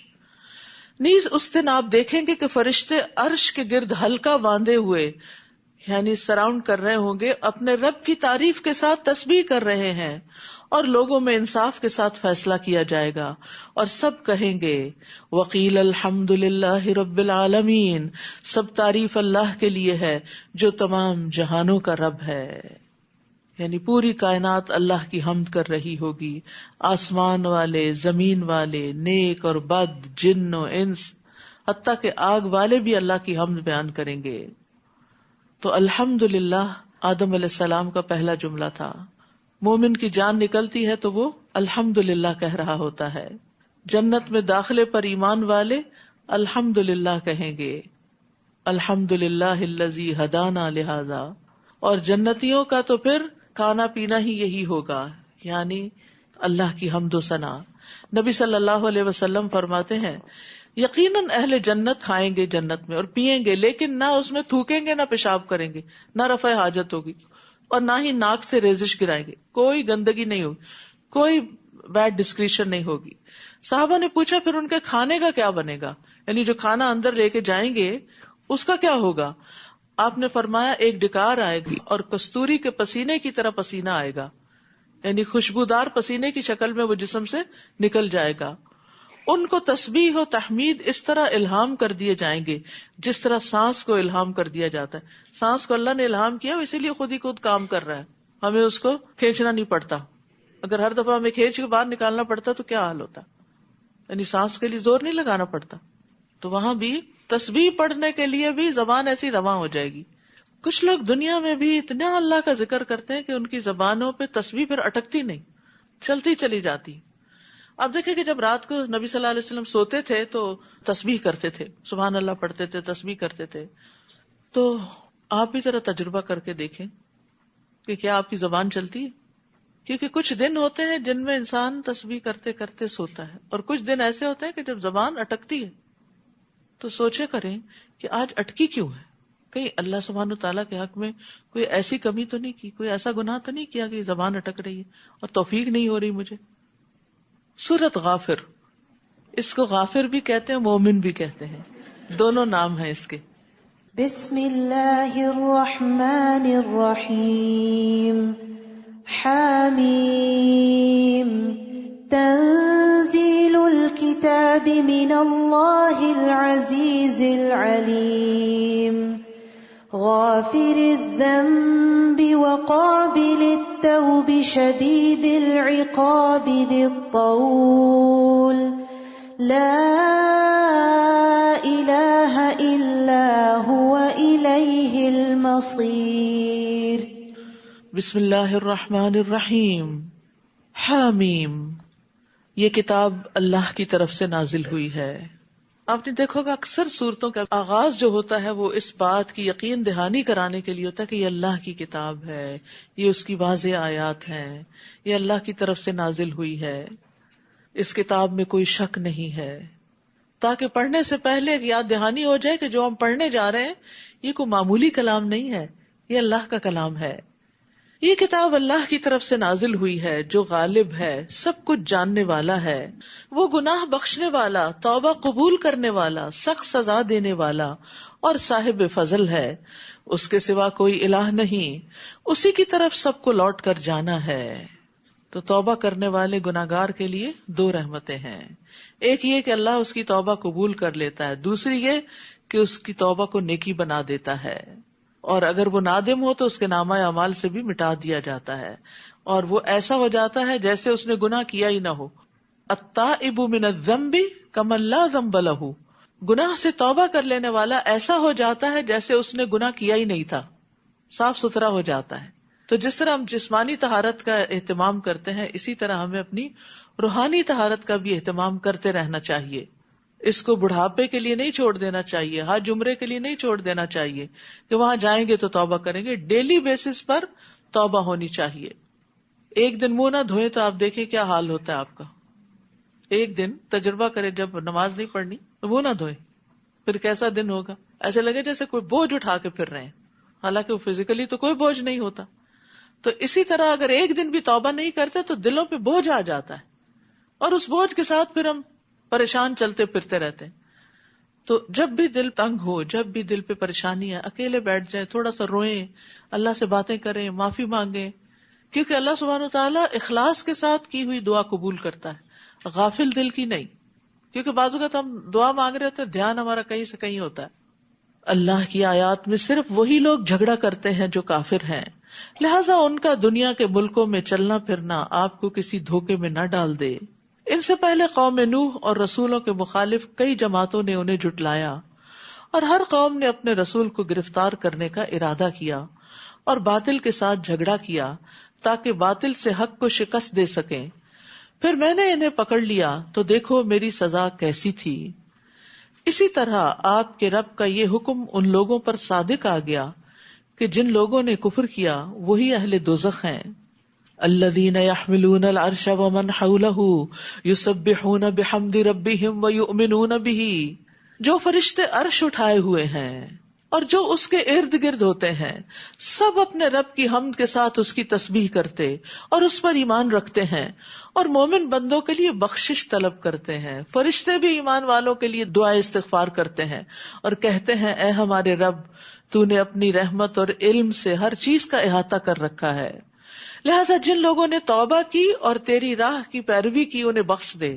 توبہ کرنے والوں کو بخش دے، سفارش کر رہے ہوتے ہیں، اور دوزخ کے عذاب سے بچا لے. کتنی بڑی خوشخبری ہے اس میں. تو کون ہے وہ فرشتے جو عرش اٹھائے ہوئے ہیں؟ وہ کتنے بڑے ہیں اس کے بارے میں حدیث میں آتا ہے، نبی صلی اللہ علیہ وسلم نے فرمایا مجھے یہ اجازت دی گئی ہے کہ میں اللہ کے عرش کے اٹھانے والے فرشتوں میں سے کسی فرشتے کے بارے میں بیان کروں کہ اس کے کانوں کی لو سے کندھے تک، یعنی یہاں سے لے کے نیچے کندھا، یہ بس اتنی سی جو ہمارا اتنا سا حصہ ہے، اس کے درمیان کا فاصلہ 700 سال کی مسافت جتنا ہے. یعنی اتنی لمبی گردنیں ہیں صرف ان کی. تو ان کے ہاتھ پاؤں اور باقی جسم کتنا بڑا ہوگا جو عرش اٹھائے ہوئے ہیں. عرش ساری مخلوقات میں سے، زمین اور آسمان اور کرسی، ہر مخلوق سے بڑی مخلوق ہے، ساری مخلوقات کی چھت ہے وہ ایک طرح سے. تو یہاں پر فرشتوں کی اور عام فرشتوں کی نہیں، ان فرشتوں کی سفارش ہے جو عرش اٹھائے ہوئے ہیں. اسی طرح کچھ اور اعمال بھی ہوتے ہیں جن کی وجہ سے فرشتے ہمارے لیے دعائیں کرتے ہیں. نماز کے بعد جائے نماز پہ بیٹھے رہنا اگر وقت اجازت دے، کیونکہ کچھ لوگ تو سلام ابھی آدھا ہی ہوتا ہے وہ پاؤں پہ کھڑے ہو جاتے ہیں. تو سکون سے نماز کے بعد کے اذکار کرنے چاہیے، الا یہ کہ واقعی حقیقی مجبوری ہو، کوئی بہت جلدی ہو. لیکن دن کی ہر نماز ہی تو جلدی نہ ہو، کوئی تو اللہ کے لیے بھی ہو. تو جتنی دیر انسان مصلی پہ ہوتا ہے اتنی دیر وہ اس کے لیے دعا کرتے رہتے ہیں. کیا دعا ہوتی ہے؟ اللہم اغفر لہ، اللہم ارحمہ، اللہ اس کو بخش دے، اللہ اس پہ رحم فرما. پھر ہے باوضو ہو کر سونا. جو شخص رات کو باوضو سوتا ہے اس کے بستر میں فرشتہ رات گزارتا ہے. جب بھی وہ رات کی کسی گھڑی میں نیند سے بیدار ہوتا ہے تو فرشتہ کہتا ہے اللہ اپنے اس بندے کو بخش دے، اس لیے کہ یہ باوضو ہو کر سویا تھا. پھر اگر کوئی بیمار ہو تو اس کی عیادت کے لیے جانے والوں کے لیے 70,000 فرشتے صبح کے وقت اگر کوئی عیادت کرے تو شام تک دعائیں کرتے ہیں، اور شام کے وقت کرے تو صبح تک کرتے ہیں. پھر اسی طرح لوگوں کو خیر کی بات سکھانا، خیر کی بات دوسروں کو سکھانا، چاہے آپ اپنی اولاد کو سکھا رہے ہیں، اپنے رشتہ داروں کو سکھا رہے ہیں، اپنے دوستوں کو سکھا رہے ہیں، یا جاننے والے اور نہ جاننے والے سب کو سکھا رہے ہیں. تو رسول اللہ صلی اللہ علیہ وسلم نے فرمایا یقیناً اللہ اور اس کے فرشتے اور تمام اہل زمین اور آسمان، یہاں تک کہ چونٹی اپنے سوراخ میں اور مچھلیاں پانی میں اس شخص کے لیے دعائے خیر کرتی ہیں. یعنی اللہ تعالیٰ رحمت بھیجتے، فرشتے اور باقی مخلوق جو ہیں وہ دعائے خیر کرتی ہیں جو لوگوں کو بھلائی کی باتیں سکھاتا ہے. اصل میں عربی میں لفظ لا یصلون آتا ہے جس میں دونوں معنی پائے جاتے ہیں، تو ایک ہی لفظ چل جاتا ہے. لیکن جب اردو ترجمہ ہم کرتے ہیں تو پھر اللہ تعالیٰ تو دعا نہیں کرتے، وہ تو دعا قبول کرتے ہیں. تو اس لیے خیر پھیلانے والے بن جائیں، خیر کی کنجیاں بن جائیں، شر کے تالے بن جائیں، ہر جگہ خیر پھیلائیں، اور آغاز اپنے آپ سے کریں اور گھر والوں سے کریں. پھر اسی طرح سحری کرنے والوں پر اللہ تعالیٰ رحمت کرتے ہیں اور فرشتے ان کے لیے دعائیں کرتے ہیں. پھر اسی طرح کسی کی غیر موجودگی میں اس کے لیے دعا کرنے والے کے لیے ایک فرشتہ مقرر ہوتا ہے. جو مسلمان پیٹھ پیچھے کسی مسلمان کے لیے دعا کرتا ہے تو وہ فرشتہ ساتھ ساتھ کہتا ہے تجھے بھی ایسا ہی ملے. اور وہ اور کیا دعائیں کرتے ہیں؟ ربنا وادخلہم جنات عدن التی وعدتہم، اے ہمارے رب انہیں ان ہمیشہ رہنے والے باغات میں داخل کر جس کا تو نے ان سے وعدہ کیا ہے، اور ان کے آباء و اجداد، ان کی بیویوں اور ان کی اولاد میں سے جو صالح ہیں انہیں بھی، یعنی جو نیک ہیں ان کو بھی، بلا شبہ تو ہر چیز پر غالب حکمت والا ہے۔ اولاد میں سے جو نیک ہیں ان کو اللہ سب کو نیک بنا دے تاکہ وہ ماں باپ کے ساتھ رہیں آخرت میں، اور انہیں برائیوں سے بچا لے اس روز جسے تو نے برائیوں سے بچا لیا، گویا تو نے اس پر رحمت کر دی، اور یہی بڑی کامیابی ہے۔ اور جن لوگوں نے کفر کیا، قیامت کے دن انہیں پکار کر کہا جائے گا کہ آج جتنا غصہ تمہیں اپنے آپ پہ آ رہا ہے، اللہ کو تم پر اس سے زیادہ غصہ آتا تھا جب تمہیں ایمان کی طرف دعوت دی جاتی تھی تو تم انکار کر دیتے تھے، ایمان کی دعوت کو قبول نہیں کرتے تھے۔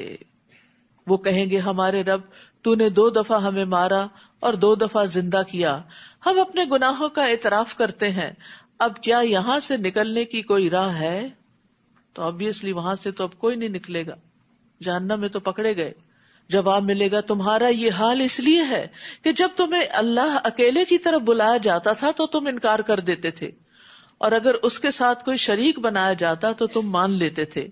اب فیصلہ تو اللہ ہی کے ہاتھ میں ہے جو عالی شان اور کبریائی والا ہے، وہی تو ہے جو تمہیں اپنی نشانیاں دکھاتا ہے اور آسمان سے تمہارے لیے رزق اتارتا ہے، مگر ان باتوں سے سبق تو وہی حاصل کرتا ہے جو اس کی طرف رجوع کرتا ہو۔ لہذا اللہ کو خالصتاً اس کی حاکمیت تسلیم کرتے ہوئے پکارا کرو، اگرچہ کافر اسے برا ہی مانے کہ تم ایک اللہ کو کیوں پکارتے ہو۔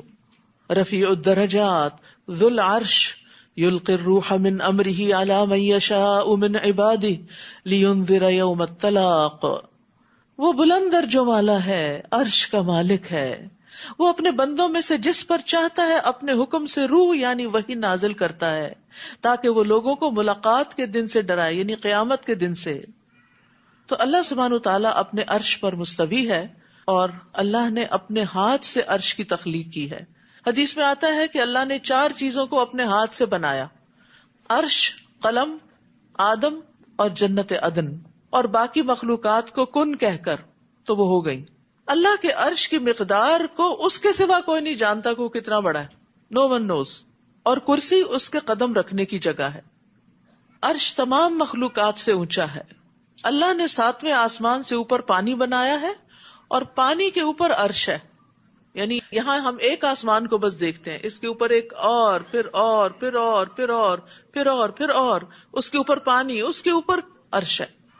جنت کے 100 درجے ہیں، نبی صلی اللہ علیہ وسلم نے فرمایا جنت میں 100 درجے ہیں، ہر 2 درجوں کے درمیان 100 سال کا فاصلہ ہے، جیسا کہ زمین اور آسمان کے درمیان، اور فردوس اس کا اعلیٰ ترین درجہ ہے، اس سے جنت کی 4 نہریں نکلتی ہیں، اس کے اوپر عرش ہے، یعنی فردوس سے بھی ابو۔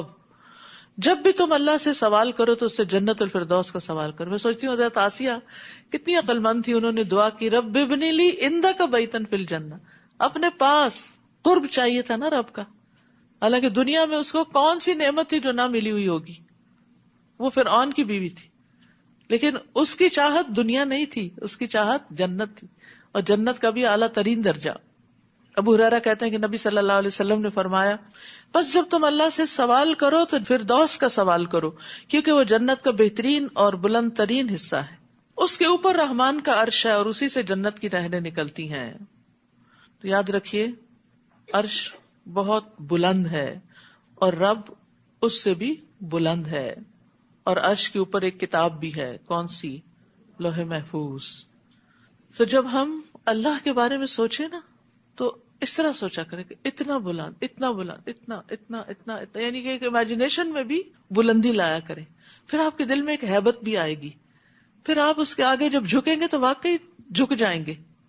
لیکن ہم عام طور پر اللہ تعالیٰ کے بارے میں ایسے باتیں کر رہے تھے جیسے کسی دوست کے بارے میں، بس ایسی کیئر لیس سی باتیں، ایسے نہیں کر سکتے۔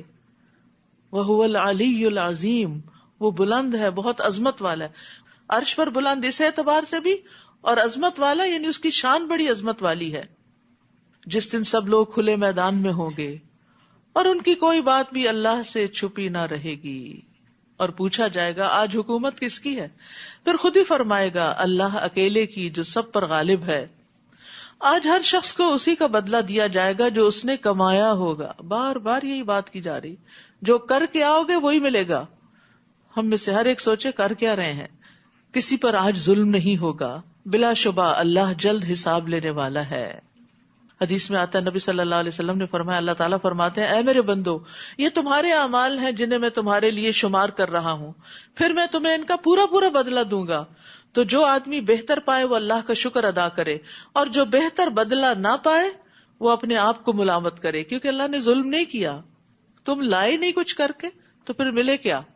اور اے نبی, انہیں قریب آ پہنچنے والے دن سے ڈرائیے جب غم کے مارے کلیجے منہ کو آ رہے ہوں گے. اس دن ظالموں کا نہ کوئی حمایتی ہوگا اور نہ ایسا سفارشی کہ جس کی بات مانی جائے.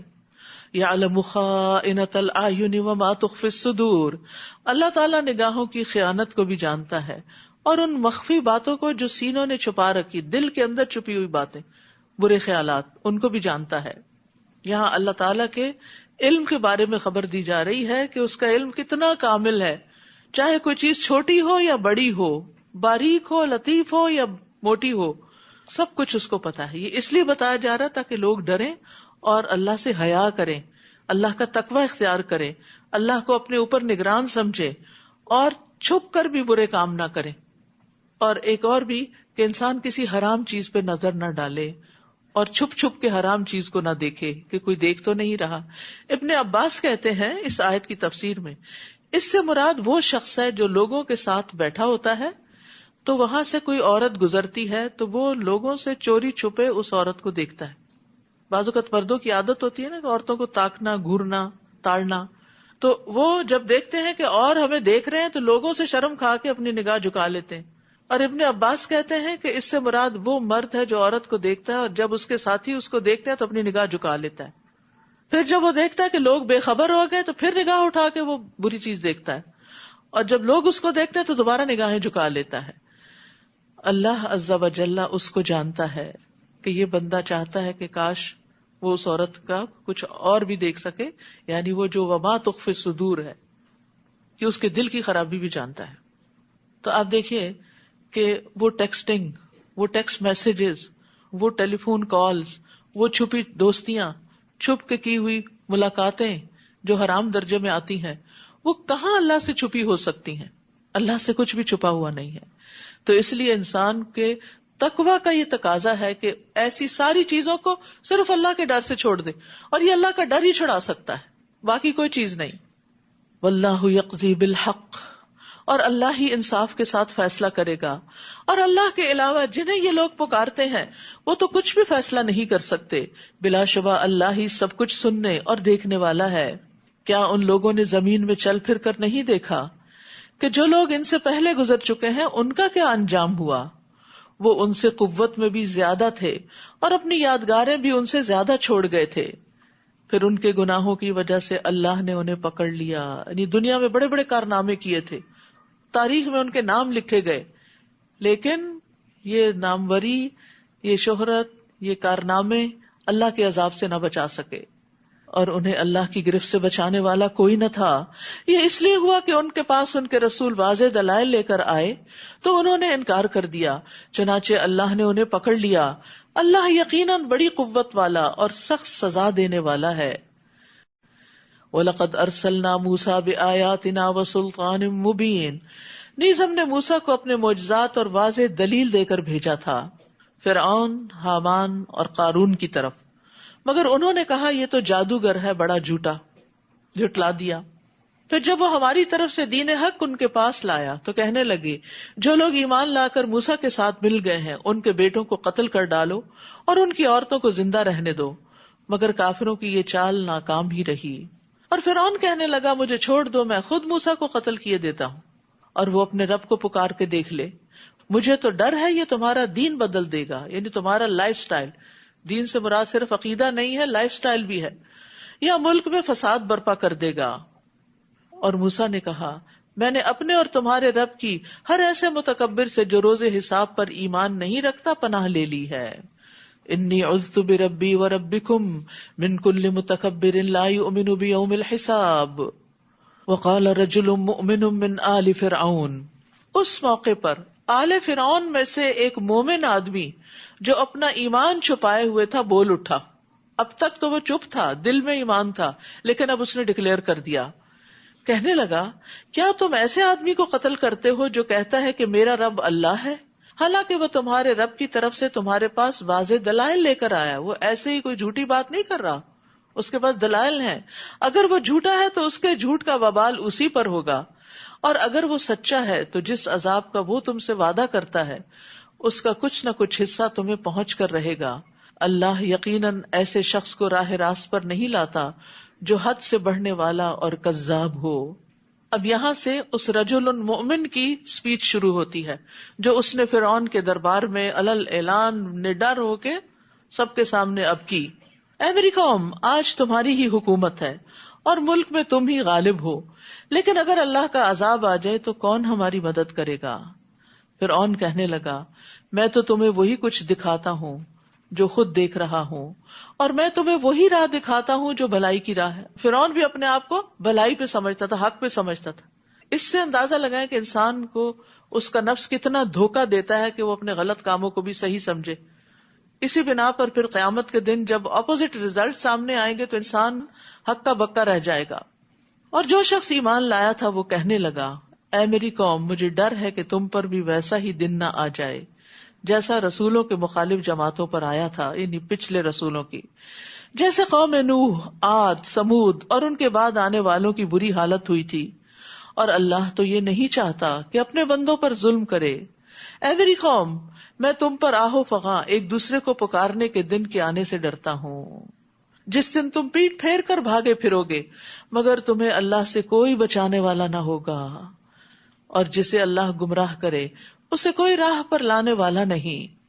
اور اس سے پہلے یوسف تمہارے پاس واضح دلائل لے کر آئے تھے، مگر جو کچھ وہ لائے اس کے متعلق تم شک ہی میں پڑے رہے، یہاں تک کہ وہ فوت ہو گئے تو تم کہنے لگے کہ اس کے بعد اللہ ہرگز کوئی رسول نہ بھیجے گا. اسی طرح اللہ ایسے لوگوں کو گمراہ کر دیتا ہے جو حد سے بڑھنے والے اور شک کرنے والے ہوں. مرتاب الذین یجادلون فی آیات اللہ، جو اللہ کی آیات میں جھگڑا کرتے ہیں، بغیر سلطان اتاہم، بغیر اس کے کہ ان کے پاس کوئی دلیل آئی ہو. یہ چیز اللہ اور مومنوں کے نزدیک بڑی بیزاری کی بات ہے. اسی طرح اللہ ہر تکبر کرنے والے سرکش کے دل پہ مہر لگا دیتا ہے.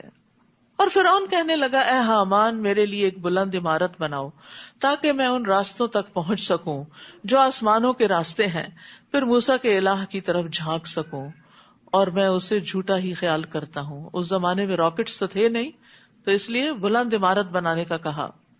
لیکن ایک عمارت زیادہ بھی کتنی اونچی ہو سکتی؟ وہ آسمانوں تک تو انسان کو نہیں لے جا سکتی، لیکن پھر بھی اس کو کتنا مان تھا اپنی تعمیرات پر، اور کتنا فخر تھا اپنے ان سب چیزوں پر، اور کتنی ڈٹائی تھی حق کے انکار پر. اس طرح فرعون کی بدعملی اس کے لیے خوشنما بنا دی گئی اور وہ راہ راست سے روک دیا گیا، اور فرعون کی چال بازی میں اس کی اپنی ہی تباہی تھی. اور جو شخص ایمان لایا تھا وہ کہنے لگا اے میری قوم، میری پیروی کرو تو میں تمہیں بھلائی کی راہ بتاؤں گا. اب اس نے فرعون کے مقابلے پر لوگوں کو حق بات کی تلقین کی. اے میری قوم، انما هذه الحیات الدنیا متاع، یہ دنیا کی زندگی تو بس چند روزہ ہے اور ہمیشہ کے قیام کا گھر آخرت ہی ہے. یہ دنیا کی زندگی تو چند دن کی ہے بس، اور اصل ٹھکانہ، اصل گھر تو وہاں ہے، آگے ہے. لیکن آپ دیکھیں کہ ہم ان دنیا کے گھروں میں اتنے مشغول اور اتنے محو ہو گئے ہیں، ان کو سجانے بنانے میں اتنے کمفرٹیبل ہو گئے ہیں کہ آخرت کے لیے کچھ کر نہیں پاتے. سوچتے رہتے کچھ کریں، لیکن یاد رکھیے اس کے لیے بھی اپنے آپ کو کہیں نہ کہیں باندھنا پڑتا ہے. کسی بھی اچھے کام کے ساتھ اپنے آپ کو باندھ لیجیے تاکہ اگر آپ ڈھیلے پڑنے لگے تو وہ آپ کو کھینچ لے اور آپ اپنے رستے سے نہ ہٹیں. مثلاً آپ کسی قرآن کلاس سے بن جاتے ہیں، کسی کورس کے ساتھ بن جاتے ہیں، تو اس میں کیا ہوتا ہے، انسان تھکا ہو، ہارا ہو، کچھ ہو، پھر ہر حال میں اٹھتا ہی ہے، جاتا ہی ہے، کچھ نہ کچھ وہاں بیٹھ کے کرتا ہی ہے، کوئی نہ کوئی اچھی بات پلے لے کر آتا ہی ہے، اور پھر کچھ نہ کچھ نیکی کے رستے پہ سفر ہو ہی جاتا ہے. لیکن اگر انسان ان مجلسوں کو، ان علم کے ذخیروں کو چھوڑ دے تو پھر کیا ہوتا ہے، دنیا اپنے طرف اتنا کھینچتی ہے، وہ جذب کر لیتی ہے اپنے اندر، پھر انسان دور سے دور ہی ہوتا چلا جاتا ہے. تو اس لیے بڑا ضروری ہے کہ آخرت کی تیاری، آخرت کے گھر کو یاد رکھنے کے لیے انسان اللہ کی کتاب سے جڑا ہی رہے. جو شخص برائی کرے گا اسے اتنا ہی بدلہ دیا جائے گا، یعنی جتنی اس نے برائی کی ہوگی، ایک کے بدلے ایک. اور جو نیک عمل کرے گا، خواہ وہ مرد ہو یا عورت، بشرطے کہ وہ مومن ہو. یہ اصل کرائیٹیریا ہے، نو جینڈر ڈسکریمنیشن. تو ایسے لوگ جنت میں داخل ہوں گے اور وہاں انہیں بلا حساب رزق دیا جائے گا، یعنی صرف مردوں کو نہیں، عورتوں کو بھی دیا جائے گا. اے میری قوم، کیا بات ہے کہ میں تو تمہیں نجات کی طرف بلاتا ہوں اور تم مجھے آگ کی طرف بلاتے ہو، یعنی فرعون کے رستے کی طرف بلاتے ہو. تم مجھے یہ دعوت دیتے ہو کہ میں اللہ سے کفر کروں اور ایسی چیزوں کو اس کا شریک بناؤں جن کے متعلق مجھے کچھ علم نہیں، حالانکہ میں تمہیں اس کی طرف بلاتا ہوں جو سب پر غالب ہے اور بخشنے والا ہے. اس بات میں کوئی شک نہیں کہ جس کی طرف تم مجھے دعوت دیتے ہو اسے پکارنے کا نہ دنیا میں کوئی فائدہ ہے اور نہ آخرت میں، اور یہ کہ ہماری واپسی اللہ کی طرف ہے اور بلا شبہ حد سے بڑھنے والے ہی آگ کے ساتھی ہیں. کتنی زبردست نصیحت ہے. جو کچھ میں تم سے کہہ رہا ہوں ان قریب تم اسے یاد کرو گے، میری نصیحتیں تمہیں یاد آئیں گی، اور میں اپنا معاملہ اللہ کے سپرد کرتا ہوں. بلا شبہ اللہ اپنے بندوں کو دیکھ رہا ہے. تو ہمیں بھی ہمیشہ اپنے معاملات اللہ کے سپرد کر دینے چاہیے.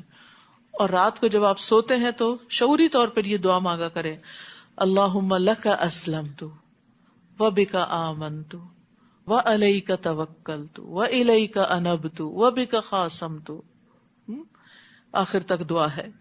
پھر اسی طرح وہ دعا بھی جس میں آتا ہے کہ وفوضت امری الیک والجأت ظہری الیک، ٹوٹل ریلائنس تجھ پر ہے. ظاہر کہتے ہیں نا بیک کو میں نے تیری طرف لگا دیا، یعنی میں نے پوری ٹیک ادھر ہی لگا دی، پورا کا پورا بھروسہ تجھ پر ہی ہے اور اسی میں میں کمفرٹیبل ہوں. یعنی جب انسان کسی چیز کے ساتھ ٹیک لگا دیتا ہے نا تو پھر کیا ہوتا ہے، ریلیکس ہو جاتا ہے. تو اسی طرح انسان جب اپنے معاملات اللہ کے سپرد کر دیتا ہے تو ریلیکس ہو جاتا ہے. اب وہ کرے گا، میں نے جو کرنا تھا کر لیا، باقی اس کے ذمہ.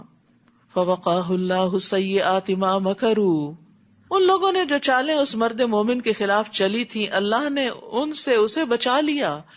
اتنی بڑی بات ہے، اتنے بڑے جابر بادشاہ کے دربار میں اتنی بڑی تبلیغ کرنا اور بچ جانا. اور آل فرعون خود ہی برے عذاب میں گھر گئے. برے عذاب میں، برا عذاب کون سا تھا؟ سمندر میں ڈوب کے مرے تھے. ڈوب کے مرنا جو ہے یہ بڑا تکلیف دہ مرنا ہے، کیونکہ ڈوبنے والے کی سانس جب بند ہو جاتی ہے تو دوبارہ سانس نہیں آتی، سانس آئے تو ساتھ پانی اندر چلا جاتا ہے. کبھی وہ پھر پانی پہ تیرتا ہے، کبھی ہوتا کھاتا ہے، کبھی موجوں کو دیکھتا ہے تو خوف زدہ ہوتا ہے، اور پھر اس کو اپنی ہلاکت کا پکا یقین ہوتا ہے کہ میں بچ نہیں سکتا. پھر زندہ ہو یا مردہ مچھلیاں کھا لیتی ہیں، سمندر کے جانور اس کو کھا لیتے ہیں. تو یعنی یہ بہت ہی اذیت والی موت ہے. تو دعا بھی کرنی چاہیے کہ اللہ تعالیٰ ہمیں ایسی موت سے بچائے. اللہم انی اعوذ بک من التردی والہدم والغرق والحریق واعوذ بک ان یتخبطنی الشیطان عند الموت. اے اللہ میں تیری پناہ چاہتا ہوں گر کر مرنے سے، ڈوب کر مرنے سے، جل کے مرنے سے، اور میں تیری پناہ چاہتا ہوں اس سے کہ شیطان مجھے موت کے وقت بدحواس کر دے اور مجھے کچھ سمجھ نہ آئے کہ کلمہ پڑھنا ہے کہ کیا کرنا ہے. یہ شیطان آخری وقت میں بھی نہیں چھوڑتا. تو وہ مرد مومن بچا لیا گیا اور آل فرعون کو ڈبو دیا گیا، غرق کر دیا گیا. النار یعرضون علیہا غدوا وعشیا ویوم تقوم الساعۃ ادخلوا آل فرعون اشد العذاب. وہ صبح و شام آگ پر پیش کیے جاتے ہیں. یہ کون سی جگہ ہے جہاں آگ ہوتی ہے؟ یہ برزخ ہے. نبی صلی اللہ علیہ وسلم جب معراج پہ تشریف لے گئے تھے تو آپ کو آل فرعون آگ پہ جاتی ہوئی دکھائی گئی تھی کہ برزخ میں صبح شام انہیں آگ پہ پیش کیا جاتا ہے. اس سے قبر کے عذاب کا ثبوت بھی ملتا ہے. بہت سے لوگ کہتے ہیں قرآن میں کہاں لکھا ہے قبر کا عذاب؟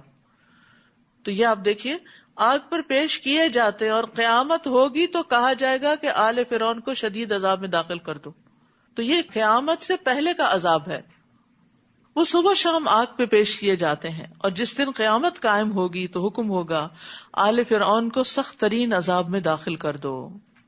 تو قبر کی زندگی برحق ہے. وہ دنیا جیسی زندگی نہیں، وہ ایک الگ زندگی ہے، وہ برزخ کی زندگی ہے. اور اس میں بھی انسان کو صبح و شام اس کا جنت یا جہنم میں ٹھکانہ دکھایا جاتا ہے. جیسے آل فرعون صبح شام پیش کی جاتی ہے نا. تو قبر کے اندر مردے کو اگر جنتی ہو تو جنت کا ٹھکانہ اور جہنمی ہو تو جہنم دکھائی جاتی ہے، اور کہا جاتا ہے یہ تیرا ٹھکانہ ہے یہاں تک کہ قیامت کے دن اللہ تجھے اٹھائے گا. تو قبر کے عذاب سے بھی ڈرنا چاہیے کیونکہ وہ پہلا مرحلہ ہے.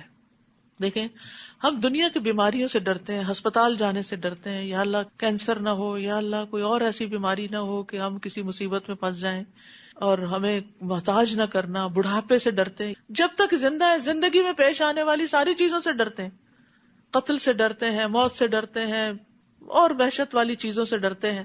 لیکن موت کے وقت جو فرشتے آئیں گے ان کے بارے میں نہیں ڈرتے، پھر موت کے بعد جب قبر میں اتارے جائیں گے اس بارے میں نہیں ڈرتے، قیامت کے دن جب اٹھیں گے اس بارے میں نہیں ڈرتے.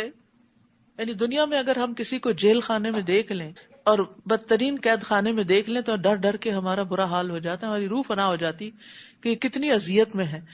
اور ہم اپنے بارے میں فکر ہی نہیں کرتے کہ قبر بھی تو ایسا ہی جیل خانہ ہے نا. اگر اچھے کام نہ کیے، اگر اچھے کیے تو وہ جنت کے باغوں میں سے ایک باغ بھی ہے. ابن عباس کہتے ہیں نبی صلی اللہ علیہ وسلم کا گزر 2 قبروں پر ہوا، اور یہ صحیح بخاری کی روایت ہے. ان 2 قبروں والوں پر عذاب ہو رہا تھا اور کسی بڑی بات پہ نہیں ہو رہا تھا. آپ نے فرمایا ان میں سے ایک تو چغل خوری کرتا تھا، ادھر کی بات ادھر لگانا تاکہ 2 لوگوں میں پھوٹ پڑ جائے. اور بعض اوقات تو استغفر اللہ اپنے ہی بچے چغل خوری کر رہے ہوتے ہیں، ماں کی بات باپ کو لگائی، باپ کی بات ماں کو لگائی اور خوب ان میں لڑائی ڈلوائی. تو اس سے بھی بچنا چاہیے، گھروں کے اندر اس چیز کو کنٹرول کرنا چاہیے کیونکہ یہ عادتیں گھروں سے ہی چلتی ہیں. یہ اس طرح کی بیڈ ہیبٹس بھی ایک ایڈکشن کی طرح ہوتی ہیں. پھر جب تک وہ کر نہیں نہ لیتا انسان اس کو تو اس کو لگتا ہے میں نے کچھ کام نہیں کیا، کیونکہ چغل خوری سے ایک سینس آف اچیومنٹ بھی ہوتی ہے کہ میں نے کوئی بڑا کارنامہ کر لیا ہے. اور کیونکہ دوسرا شخص بڑی توجہ سے بات سنتا ہے، عام طور پر ماں باپ توجہ سے نہیں بات سنتے. بچہ کوئی بات کہتا ہے تو ہم ادھر ادھر دیکھتے رہتے ہیں، لیکن جو کہتے ہیں نا ابا یہ کہہ رہے تھے آپ کے بارے میں، ہے کیا کہہ رہے تھے، اب وہ انجوائے کرتا ہے. اچھا اس سے میں اپنی ماں کی توجہ لے سکتا ہوں، تو اس کو بھی مزہ آنے لگتا ہے. پھر اس طرح ایک بیڈ ٹیسٹ ڈیولپ ہو جاتا ہے ایسے غلط کام کرنے کا. تو ان میں ایک شخص چغل خوری کرتا تھا اور دوسرا پیشاب سے بچنے کے لیے احتیاط نہیں کرتا تھا. تو آپ دیکھیے کہ جس طرح کموڈ وغیرہ ہوتے ہیں تو ان پہ بعض اوقات چھینٹے پڑ جاتے ہیں، تو استنجا صحیح سے کرنا چاہیے. اور جب دوزخ میں وہ ایک دوسرے سے جھگڑا کریں گے تو کمزور لوگ بڑا بننے والوں سے کہیں گے ہم دنیا میں تمہارے تابع فرما تھے، تو کیا تم دوزخ کے عذاب کا کچھ حصہ ہم سے ہٹا کر ہمارے کسی کام آؤ گے؟ بڑا بننے والے جواب دیں گے ہم سب اسی میں پڑے ہیں اور اللہ بندوں کے درمیان فیصلہ کر چکا ہے. اور جو لوگ دوزخ میں ہوں گے وہ جہنم کے محافظوں سے کہیں گے اپنے رب سے دعا کرو کہ وہ ایک دن تو ہمارے عذاب میں کچھ کمی کر دے. وہ کہیں گے کیا تمہارے پاس رسول واضح دلائل لے کر نہیں آئے تھے؟ دوزخی کہیں گے کیوں نہیں، ضرور آئے تھے. تو وہ کہیں گے پھر تم خود ہی دعا کر لو، اور کافروں کی دعا تو گم ہی ہو جانے والی ہے. ہم یقیناً اپنے رسولوں کی اور ان لوگوں کی جو ایمان لائے دنیا کی زندگی میں بھی مدد کرتے ہیں. یہ کتنی خوشخبری ہے، ایمان والوں کی اللہ تعالیٰ دنیا میں بھی مدد کرتا ہے اور اس دن بھی کریں گے جب گواہ کھڑے ہوں گے. یوم لا ينفع الظالمین معذرتهم ولہم اللعنۃ ولہم سوء الدار. جس دن ظالموں کو ان کی معذرت کچھ بھی فائدہ نہ دے گی، کوئی ایکسکیوز کام نہ آئے گا، اور ان کے لیے لعنت ہے اور برا گھر ہے. وَلَقَدْ آتَيْنَا مُوسَى الْهُدَى وَأَوْرَثْنَا بَنِي إِسْرَائِيلَ الْكِتَابَ. ہم نے موسیٰ کو ہدایت عطا کی اور بنی اسرائیل کو تورات کا وارث بنا دیا، کتاب کا وارث بنا دیا. وہ اس کو سنبھالیں، اس کو پڑھیں، اس کو سمجھیں، اس کی تعلیم کو عام کریں، اس کے مطابق اپنے قوانین بنائیں. ہدم و ذکریٰ لأولی الالباب، جو اہل عقل کے لیے ہدایت اور نصیحت تھی. فاصبر ان وعد اللہ حق، بس آپ صبر کیجئے، بے شک اللہ کا وعدہ سچا ہے. اور اپنے گناہ کی معافی مانگیے اور صبح و شام اپنے رب کی حمد کے ساتھ اس کی تسبیح کیجئے. کئی دفعہ آ چکی ہے نا یہ بات، صبح و شام تسبیح کرنا. امید ہے آپ اس کا بطور خاص اہتمام کرتے ہوں گے کہ جتنا بھی مصروفیت کا وقت ہو مغرب سے پہلے پہلے اور دعاؤں کے ساتھ 100 دفعہ سبحان اللہ و بحمدہ کا معمول لازمی طور پہ بنانا ہے. اور اسی طرح صبح بھی سورج نکلنے سے پہلے. اگر کسی وجہ سے مس ہو گئی تو پھر بعد میں بھی ہو سکتی، چھوڑے نہ.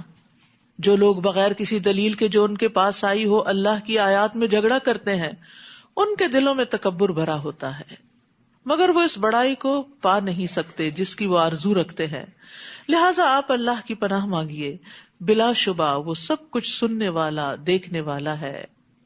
لخلق السماوات والارض اکبر من خلق الناس ولکن اکثر الناس لا یعلمون، آسمانوں اور زمین کا پیدا کرنا انسانوں کے پیدا کرنے سے زیادہ بڑا کام ہے، لیکن اکثر لوگ نہیں جانتے کہ اللہ تعالیٰ نے اتنا بڑا کام کیا تو وہ ہمیں دوبارہ کیوں نہیں پیدا کر سکے گا۔ وما يستوي الاعمى والبصير والذین آمنوا وعملوا الصالحات ولا المسيء قلیلا ما تتذکرون، نابینا اور بینا یعنی دیکھنے والا یکساں نہیں ہوتے، بہت بڑا فرق ہوتا ہے، ایک کے پاس روشنی ہوتی ہے اور دوسرا اندھیرے میں ہوتا ہے، دن کی روشنی میں بھی وہ اندھیرے میں ہی ہوتا ہے، اور جو لوگ ایمان لائیں اور اچھے عمل کریں وہ اور بد کردار یکساں نہیں ہوتے، مگر تم لوگ کم ہی سوچتے ہو۔ بلا شبہ قیامت آنے والی ہے جس میں کوئی شک نہیں، لیکن اکثر لوگ ایمان نہیں لاتے۔ قیامت آنے والی ہے یہ اس کی نشانیوں سے بھی پتہ چلتا ہے، کیونکہ قیامت بہرحال آنی تو ہے، لیکن نبی صلی اللہ علیہ وسلم نے اس کے آنے کی کچھ علامتیں بتائی تھی۔ آپ نے فرمایا بے شک قیامت کی علامات میں سے کہ انسان صرف اپنے جان پہچان کے آدمی کو سلام کرے گا، سب کو نہیں کرے گا۔ ایسا ہوتا ہے نا، مجلس میں جاتے ہیں، کسی شادی پارٹی میں جاتے ہیں تو بعض اوقات نام لے کے سلام کر رہے ہوتے ہیں، بعض اوقات تو بس اسی خاص بندے سے جا کے ہاتھ ملاتے ہیں، گلے ملتے ہیں، اور باقی جو ٹیبل پہ بیٹھے ہیں ان کو پوچھتے بھی نہیں۔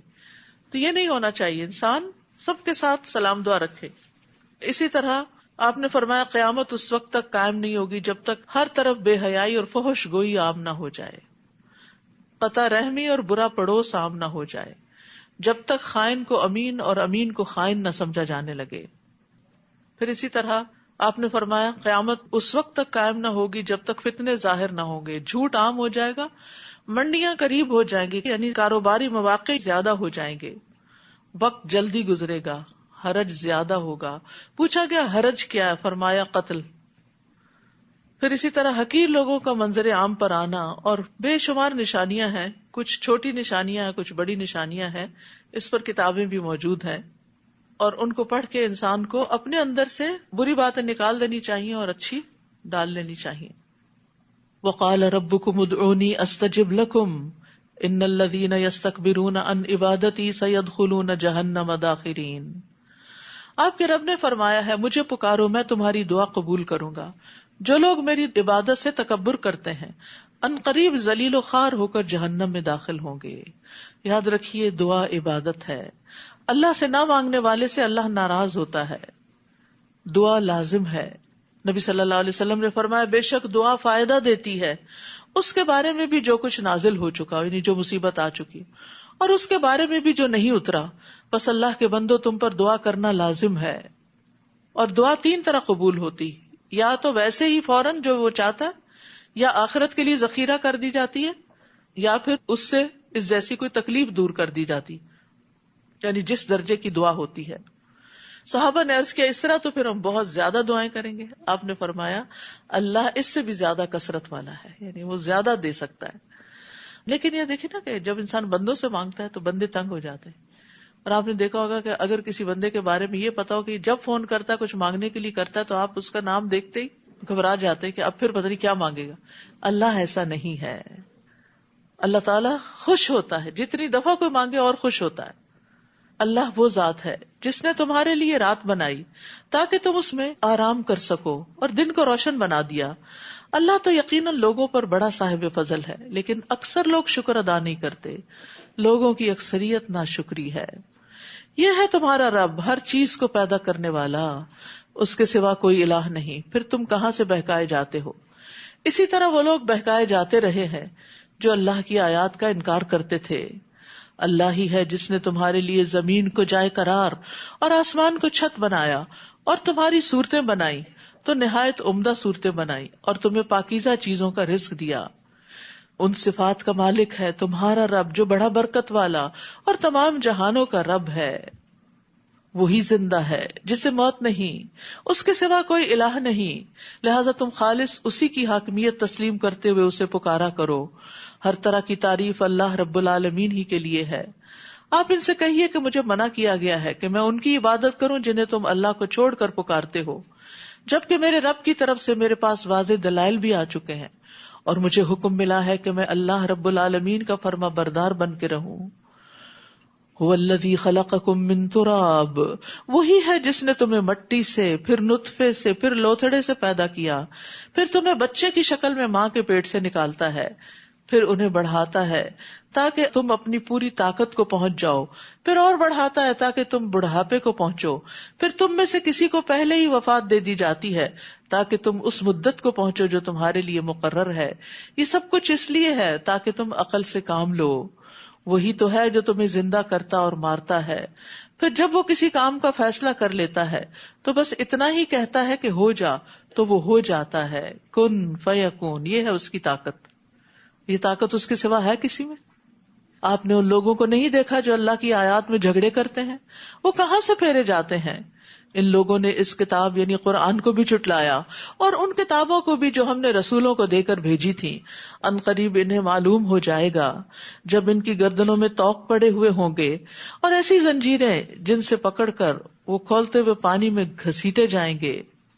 حسن بن نبی حسن کہتے ہیں کہ یہ زنجیریں جہنمیوں کی گردنوں میں اس لیے نہیں ڈالی گئی کہ انہوں نے رب کو عاجز کر دیا تھا اور ان کو پھر پکڑ لیا گیا، بلکہ اس لیے کہ جب شعلے ان کو اوپر لے جائیں گے تو زنجیریں ان کو نیچے گرا دیں گی، یعنی وزنی ہو جائیں گے اس کی وجہ سے. پھر دوزخ میں جھونک دیے جائیں گے، یعنی ان لوگوں کے ساتھ آگ کو بھڑکایا جائے گا، تہکایا جائے گا. اور کلما خبت زدناہم سعیرا، جب بھی وہ آگ بجھنے لگے گی تو ہم اس کو ان پر اور بھڑکا دیں گے. حدیث میں آتا ہے کہ ایک جہنمی کا سانس 1,00,000 سے زیادہ لوگوں کو جلا سکتا ہے. اتنی شدید آگ ہوگی جہنم کی، اللہ ہم سب کو بچا لے. پھر ان سے پوچھا جائے گا کہاں ہے وہ جنہیں تم اللہ کے سوا شریک بنایا کرتے تھے؟ وہ کہیں گے وہ ہماری یاد سے گم ہو چکے، بلکہ ہم تو اس سے پہلے کسی چیز کو بھی نہیں پکارتے تھے. جھوٹ بولیں گے. اللہ اسی طرح کافروں کو گمراہ کرتا ہے. پھر انہیں کہا جائے گا کہ تمہارا یہ انجام اس وجہ سے ہے کہ تم زمین میں حق کے بغیر خوش ہوتے تھے اور اکڑ کر چلتے تھے. اب دوزخ کے دروازوں میں سے داخل ہو جاؤ، تم اس میں ہمیشہ رہو گے. تکبر کرنے والوں کا کیسا برا ٹھکانہ ہے. بس اے نبی آپ صبر کیجئے، اللہ کا وعدہ سچا ہے.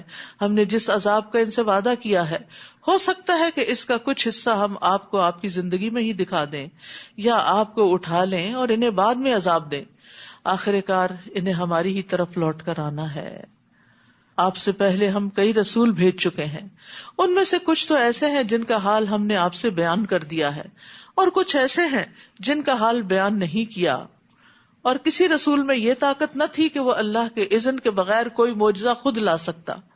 پھر جب اللہ کا حکم آ گیا تو انصاف کے مطابق فیصلہ کر دیا گیا، اور اس وقت اہل باطل ہی خسارے میں رہے. اللہ ہی تو ہے جس نے تمہارے لیے مویشی پیدا کیے، ان میں بعض پر تم سوار ہوتے ہو اور بعض کا گوشت کھاتے ہو.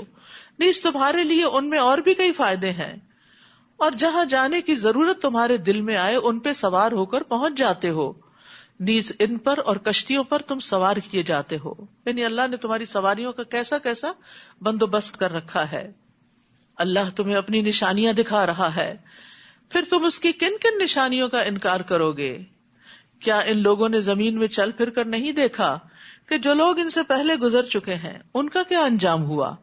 وہ تعداد میں ان سے زیادہ، قوت میں ان سے سخت، اور زمین میں اپنے آثار چھوڑنے میں ان سے بڑھ کر تھے، مگر جو کام وہ کر رہے تھے یہ سب چیزیں ان کے کچھ کام نہ آ سکیں. پھر جب ان کے رسول ان کے پاس واضح دلائل لے کر آئے تو جو علم ان کے پاس تھا وہ اسی میں مگن رہے. اللہ اکبر. آج بھی تو یہی حال ہے.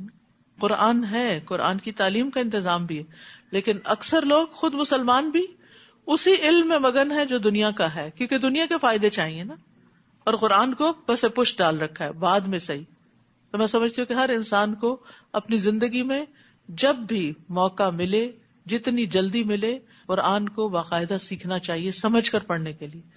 اس کی تجوید بھی سیکھے، اس کو صحیح پڑھنا بھی آنا چاہیے. پڑھنا آئے گا تو پھر اس کے بعد ہی آپ کو سمجھ بھی آئے گا، لیکن سمجھنا اور اس کے اندر مشغول رہنا یہ بڑا ضروری ہے کہ کہیں یہ ہمارے خلاف حجت نہ بنے. اے رب میری اس قوم نے قرآن کو چھوڑ دیا تھا، ایسا نہ ہو. اور جس عذاب کا وہ مذاق اڑاتے تھے اسی نے انہیں آ گھیرا. تو آپ دیکھیے کہ بچوں کے لیے بھی ویکینڈ پہ سیٹرڈے کا پروگرام ہوتا ہے. آج کل 29 جز چل رہا ہے اور اس کے بعد انشاءاللہ سپٹمبر سے پھر نئی کلاسز شروع ہوں گی. فلائر موجود ہے, سب لے کر جائیں, دیکھیں اور پیار سے چھوٹی عمر میں ہی بچوں کو پکڑ لیں. جو بڑے ہوتے ہیں پھر اپنی منمانی کرتے ہیں اور ہاتھوں سے نکلتے جاتے ہیں. اور صرف ان کو پڑھانا کافی نہیں, آپ کا اپنا کسی نہ کسی طرح پڑھتے رہنا, قرآن میں مشغول رہنا بے حد ضروری ہے. اس کی وجہ یہ ہے کہ بچے بہت کچھ آپ سے سیکھتے ہیں. کل میرے بچے نے مجھے کہا, مجھے بڑی حیرت تھی, کہنے لگا آپ میرے لیے کتاب کی طرح ہیں کہ جس سے روز میں کچھ پڑھتا ہوں.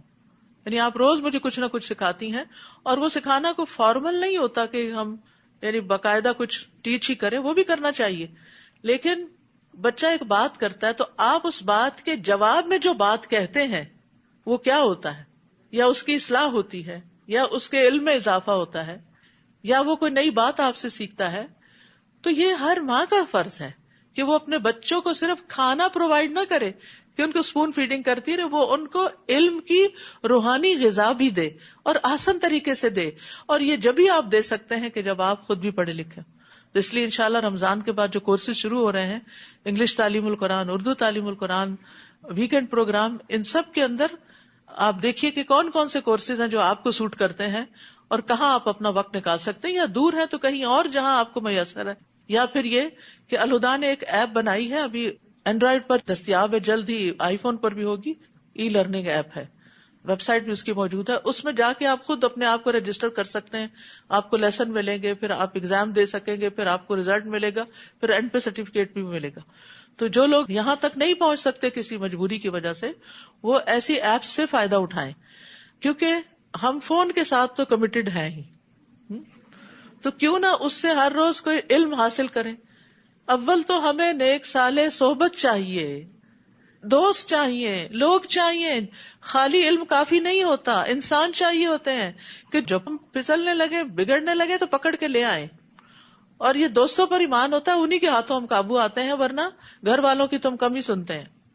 پھر فرمایا, اور جب انہوں نے ہمارا عذاب دیکھ لیا تو کہنے لگے ہم اللہ اکیلے پر ایمان لائے, اور جنہیں ہم اللہ کا شریک ٹھہراتے تھے ان سے انکار کرتے ہیں.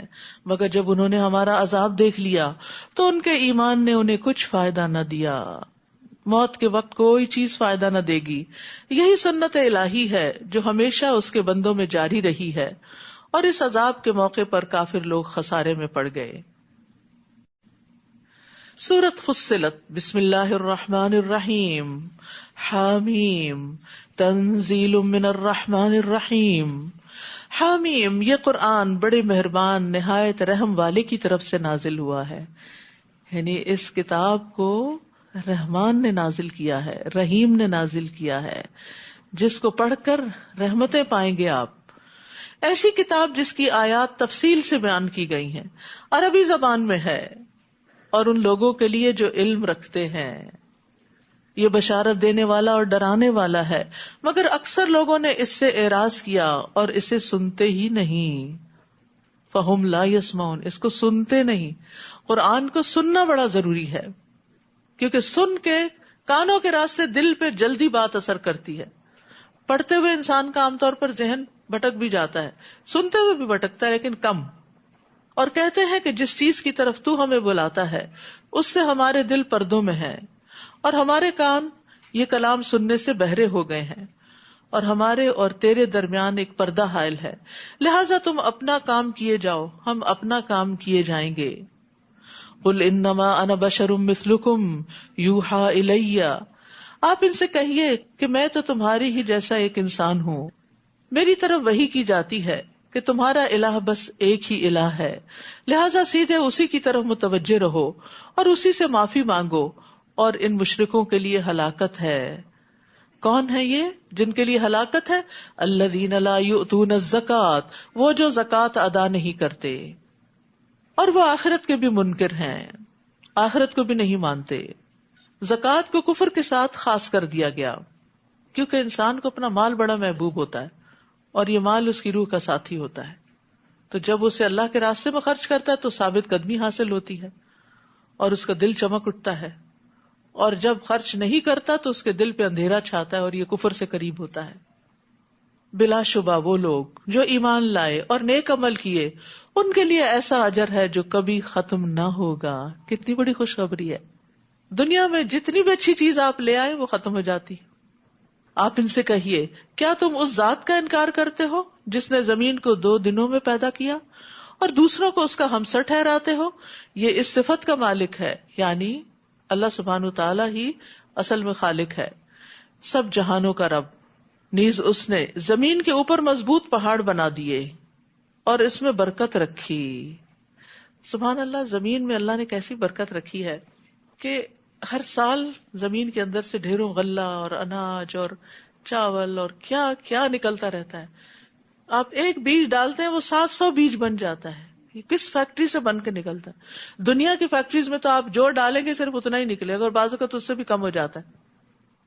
تو یہ زمین میں اللہ نے برکتیں رکھی ہیں. اور اس کے علاوہ بھی جو انسانوں کی ضروریات ہیں، گیس، تیل وغیرہ، وہ سب چیزیں بھی وقت کے ساتھ ساتھ ڈسکور ہوتی چلی جا رہی ہیں اور انسان ان سے فائدہ اٹھا رہا ہے. اور ٹھیک اندازے سے 4 دنوں میں اس میں غذائیں رکھی. یہ سب حاجت مندوں کے لیے یکساں ہے. اللہ تو کن کہہ کے سب کچھ پیدا کر سکتا ہے. تو یہ 2 دن میں یہ کیا، 4 دن میں یہ کیا، یہ ہمیں بتایا جا رہا ہے. اس میں سیکھنے کی بات ہے وہ یہ کہ ہمیں ہر کام کو ٹائم دینا چاہیے، ٹھہر ٹھہر کے تحمل سے کام کرنا چاہیے، سٹیپ بائی سٹیپ کرنا چاہیے. کام پھر آرام، پھر کام پھر آرام، پھر کام پھر آرام. تو اللہ سبحانہ تعالیٰ کے نزدیک محبوب صفات میں سے یہ ہے کہ انسان تحمل والا ہو، جلدی نہ کرے، ہر چیز میں ہنگامہ نہ کھڑا کر دے کہ یہ اب تک کیوں نہیں ہوا، یہ کیوں نہیں ہوا، وہ کیوں نہیں ہوا. لیکن یہ بھی اللہ ہی دے تو آتی ہے تحمل مزاجی. نبی صلی اللہ علیہ وسلم نے فرمایا تحمل مزاجی اللہ کی طرف سے ہے اور جلد بازی شیطان کی طرف سے ہے. اور سب سے اہم عبادت کون سی ہوتی ہے؟ نماز. اور اس میں سب سے زیادہ کس چیز کی ضرورت ہوتی؟ صبر کی، تحمل کی، برداشت کی. کھڑے کھڑے تھک بھی گئے پھر بھی اپنے آپ کو کنٹرول کر رہے ہیں. نیند بھی آ رہی ہے اس کو آپ کنٹرول کرتے ہیں. پھر خشوع کی کوشش کرتے ہیں. آپ کو معلوم ہے نا کہ آپ صلی اللہ علیہ وسلم مسجد میں تشریف لے گئے تو اس وقت ایک شخص آیا اور اس نے نماز پڑھی. اس کے بعد آ کر آپ کو سلام کیا. آپ نے سلام کا جواب دیا اور فرمایا جاؤ نماز دوبارہ پڑھو، تم نے نماز نہیں پڑھی. صلی فإنک لم تصلی. وہ لوٹ گیا پھر ویسے ہی پڑھ کے پھر آ گیا، سلام کیا. آپ نے فرمایا جاؤ نماز پڑھو، تم نے نماز نہیں پڑھی. 3 بار ایسے ہوا. وہ بولا اس ذات کی قسم جس نے آپ کو حق کے ساتھ بھیجا ہے، میں اس سے بہتر ادا کرنا نہیں جانتا، آپ مجھے سکھا دیجئے. آپ نے فرمایا جب تم نماز کے لیے کھڑے ہو تو تکبیر کہو، اس کے بعد جتنا آسانی سے قرآن پڑھ سکو، سورۃ فاتحہ وغیرہ، پھر رکوع کرو یہاں تک کہ رکوع میں اطمینان سے کھڑے ہو، پھر سر اٹھاؤ یہاں تک کہ سیدھے کھڑے ہو جاؤ، پھر سجدہ کرو یہاں تک کہ سجدے میں اطمینان ہو جائے، پھر سر اٹھاؤ یہاں تک کہ اطمینان سے بیٹھ جاؤ. اسی طرح پوری نماز پڑھو. یہ نہیں کہ اگر 20 تراویح پڑھنی ہے تو بس اٹھک بیٹھک ہی ہوتی رہے اور جلدی جلدی سجدے میں گئے نہیں کہ سر اٹھا لیا، بیٹھے نہیں کہ دوبارہ سجدے میں چلے گئے اور پھر ہر سٹیپ میں جلد بازی. یہ نہیں ہونی چاہیے. اطمینان یہ نماز کا ایک رکن ہے. اور جب نماز میں انسان کو اطمینان کی عادت ہو جاتی ہے نا، 5 دفعہ دن میں پریکٹس ہوتی ہے، تو پھر عام زندگی میں بھی انسان کے اندر ٹھہراؤ آنے لگتا ہے. اور ہمارے لیے اس دور میں اور بھی زیادہ مشکل ہے نا، جب ہر چیز آٹو پہ آ رہی ہے اور ہر چیز اشارے سے ہو جاتی ہے اور جلدی ہو جاتی ہے اور فوڈ بھی فاسٹ ہو گئی ہے اور بھی اسی طرح. تو پھر انسان کے اندر تحمل اور ختم ہو جاتا ہے کیونکہ اس کا ماحول اس کو تحمل کی تعلیم نہیں دے رہا ہوتا، یہ تحمل کی فضا نہیں بنا رہا ہوتا. اور جہاں تک ابتدائے خلق ہے، پھر وہ آسمان کی طرف متوجہ ہوا اور وہ اس وقت دھواں تھا، تو اس نے آسمان اور زمین سے کہا تم وجود میں آ جاؤ، خواہ تم چاہو یا نہ چاہو. دونوں نے کہا ہم فرما برداروں کی طرح آ گئے. تو بہرحال اللہ سبحانہ تعالیٰ نے کس طرح تخلیق کیا؟ حدیث میں آتا ہے، صحیح مسلم کی روایت ہے، اللہ تعالیٰ نے مٹی کو ہفتے کے دن پیدا کیا اور اس میں پہاڑ اتوار کے دن پیدا کیے، درختوں کو پیر کے دن پیدا کیا، مکروہات منگل کے دن پیدا کیے، نور کو بدھ کے دن پیدا کیا اور جمعرات کے دن زمین میں چوپائے پھیلائے، اور آدمی کو جمعہ کے دن عصر کے بعد مخلوق میں سب سے آخر میں جمعہ کی گھڑی میں سے آخری گھڑی عصر اور رات کے درمیان پیدا کیا. تو یہ تھے تخلیق کے مراحل. پھر اس نے 2 دنوں میں 7 آسمان بنا ڈالے اور ہر آسمان میں اس کے کام کی وحی کی، اور ہم نے آسمان دنیا کو چراغوں سے سجا دیا. اور ان سے حفاظت کا کام لیا. یہ سب پر غالب اور ہر چیز کو جاننے والے کی منصوبہ بندی ہے. پھر اگر وہ اعراض کرے تو آپ ان سے کہیے کہ میں تمہیں ایسی ہی کڑک کے عذاب سے ڈراتا ہوں جیسی قوم عاد اور سمود پر گری تھی، جب ان کے پاس ان کے آگے سے اور پیچھے سے رسول آئے اور کہا کہ اللہ کے سوا کسی کی عبادت نہ کرو، تو وہ کہنے لگے اگر اللہ ہماری ہدایت چاہتا تو فرشتے نازل کرتا، لہٰذا تم جو پیغام دے کر بھیجے گئے ہو ہم اس کا انکار کرتے ہیں. ان میں سے جو قوم عاد تھی اس نے ملک میں ناحق تکبر کیا اور کہنے لگے ہم سے بڑھ کر طاقتور کون ہے. کیا انہوں نے یہ نہ دیکھا کہ جس نے انہیں پیدا کیا وہ ان سے یقیناً زیادہ طاقتور ہے. عقل کی بات ہے نا کہ پیدا کرنے والا زیادہ طاقتور ہے. اور وہ دیدہ و دانستہ ہماری آیات کا انکار کرتے رہے. پھر ہم نے ان پر چند منحوس دنوں میں سخت تند ہوا بھیجی تاکہ ہم انہیں دنیا میں ہی رسوائی کا عذاب چکھائیں، اور جو آخرت کا عذاب ہے تو وہ اور زیادہ رسوا کرنے والا ہے، اور انہیں کہیں سے بھی مدد نہ ملے گی. رہے سمود تو ہم نے انہیں سیدھی راہ دکھائی مگر انہوں نے راہ دیکھنے کے مقابلے میں اندھا رہنا ہی پسند کیا. آخر کار انہیں کڑک کی صورت میں ذلت کے عذاب نے آ پکڑا جو ان کی کمائی کا بدلہ تھا، اور ہم نے ان لوگوں کو اس عذاب سے بچا لیا جو ایمان لائے اور نافرمانی سے بچتے تھے. یہ یاد رکھیے کہ جب قوموں پر عذاب آیا تو ان میں سے پیغمبروں کو اور ایمان والوں کو باہر نکال لیا گیا، اور جس دن اللہ کے دشمن دوزخ کی طرف ہانک کر لائے جائیں گے تو انہیں گروہ در گروہ بننے کے لیے روک لیا جائے گا. یعنی جہنم کی طرف آتے ہوئے پھر ان کی گروہ بندی کی جائے گی، جیسے پیچھے بھی آپ نے پڑھا ہے. یہاں تک کہ جب دوزخ کے قریب آ پہنچیں گے تو ان کے کان، ان کی آنکھیں اور ان کی کھالیں ان کے خلاف گواہی دیں گے جو عمل وہ کیا کرتے تھے. اللہ اکبر. آپ دیکھیے کہ انسان ساری زندگی اس بدن کی حفاظت کرتا ہے، اسے کھلاتا پلاتا اور اس کی ضروریات پوری کرتا ہے. قیامت کے دن یہی بدن بے وفا ہو جائے گا اور یہ انسان کے خلاف گواہی دے گا کہ اس نے کیا کیا برے کام کیے. کھالیں بھی گواہی دیں گی، اسکن بھی. وَقَالُوا لِجُلُودِهِمْ، اور وہ اپنی کھالوں سے کہیں گے لِمَ شَهِدتُمْ عَلَيْنَا، تم نے ہمارے خلاف کیوں گواہی دی، تم کیوں ہمارے خلاف ہو گئی ہو. وہ کہیں گی ہمیں اسی اللہ نے قوت گویائی دی ہے جس نے ہر چیز کو گویائی دی ہے، اسی نے تمہیں پہلی بار پیدا کیا اور اسی کی طرف تم لوٹائے جاؤ گے. وَمَا كُنتُمْ تَسْتَتِرُونَ أَن يَشْهَدَ عَلَيْكُمْ سَمْعُكُمْ وَلَا أَبْصَارُكُمْ وَلَا جُلُودُكُمْ، اور گناہ کرتے وقت تم اس بات سے نہیں چھپتے تھے کہ کہیں تمہارے کان، تمہاری آنکھیں اور تمہاری جلدیں ہی تمہارے خلاف گواہی نہ دے دیں، بلکہ تم تو یہ خیال کرتے تھے کہ جو کچھ تم کرتے ہو ان میں سے اکثر باتوں کو اللہ جانتا ہی نہیں. یعنی عام طور پر انسان کے دماغ پہ پردہ پڑا ہوا ہوتا ہے، بھول جاتا ہے کہ مجھے اللہ دیکھ رہا ہے، اسی لیے تو وہ گناہ کر لیتا ہے. اگر اس کو یہ یقین ہو کہ وہ دیکھ رہا ہے تو پھر انسان برائی کی طرف بھی نہ جائے. وَذَلِكُمْ ظَنُّكُمُ الَّذِي ظَنَنْتُمْ بِرَبِّكُمْ أَرْدَاكُمْ فَأَصْبَحْتُمْ مِنَ الْخَاسِرِينَ، تمہارا یہی گمان جو تم نے اپنے رب کے متعلق کر رکھا تھا تمہیں لے ڈوبا اور تم خسارہ پانے والوں میں ہو گئے. تو یاد رکھیے اچھے گمان کے ساتھ اچھا عمل بھی ضروری ہے، کیونکہ خیال جو ہوتا ہے انسان کو ڈرائیو کرتا ہے. حسن بصری کہتے ہیں کچھ لوگوں کو ان کی آرزوؤں نے غفلت میں ڈالے رکھا، یہاں تک کہ وہ دنیا سے اس حال میں نکلے کہ ان کے لیے ایک بھی نیکی نہیں تھی. وہ ظن جو ہے، جب ظن ہی نہیں ہوتا، خیال ہی نہیں ہوتا نیکی کا، تو پھر نیکی کہاں سے کرنی. لیکن یہ بھی یاد رکھیے کہ صرف خیال یا گمان یا آرزو یا تمنا کی بنا پر بھی جنت نہیں ملے گی. کہ انسان کہ مجھے جنت کی بڑی خواہش ہے، بڑا شوق ہے جانے کا، اور اس کے لیے کرے کچھ بھی نہ. لیس بامانیکم ولا امانی اہل الکتاب، نہ تمہاری آرزوؤں پر موقوف ہے نہ اہل کتاب کی آرزوؤں پر. جو بھی برا کرے گا اس کی جزا دی جائے گی، اور وہ اپنے لیے اللہ کے سوا کوئی دوست نہ پائے گا اور نہ کوئی مددگار. اور جو شخص نیک کاموں میں کوئی نیک کام کرے، مرد ہو یا عورت، اور وہ مومن ہو، تو یہ لوگ جنت میں داخل ہوں گے. کھجور کی گٹلی کے نقطے کے برابر بھی ان پر ظلم نہ کیا جائے گا. تو اس سے پتہ یہ چلتا ہے کہ جنت میں جانے کے لیے عمل چاہیے، اور وہ برے اعمال سے زیادہ ہونے چاہیے. باقی اللہ کی رحمت ہے جو شامل ہوگی تو پھر انسان اندر جائے گا.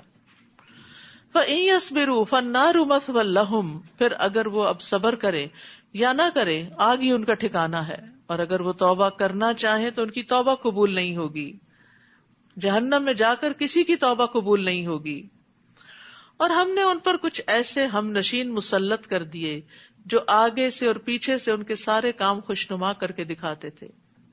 بعض لوگ دوستوں کے روپ میں دشمن ہوتے ہیں، وہ آپ کے غلط کاموں پر بڑے خوش ہوتے ہیں، وہ آپ کی جھوٹی تعریفیں کرتے ہیں، وہ مطلبی ہوتے ہیں، جھوٹی تعریفوں کے ساتھ آپ سے وہ کچھ بٹور لیتے ہیں، چاہے وہ آپ کا ٹائم ہو یا آپ کا مال ہو یا کچھ اور نیکی کے رستے کی طرف نہیں جانے دیتے، کیونکہ ان کو یہ پتا ہوتا ہے کہ اگر یہ اس رستے پہ چلا گیا تو پھر یہ ہمارے ہاتھ سے نکل جائے گا، پھر ہم اس سے فائدہ نہیں اٹھا سکتے۔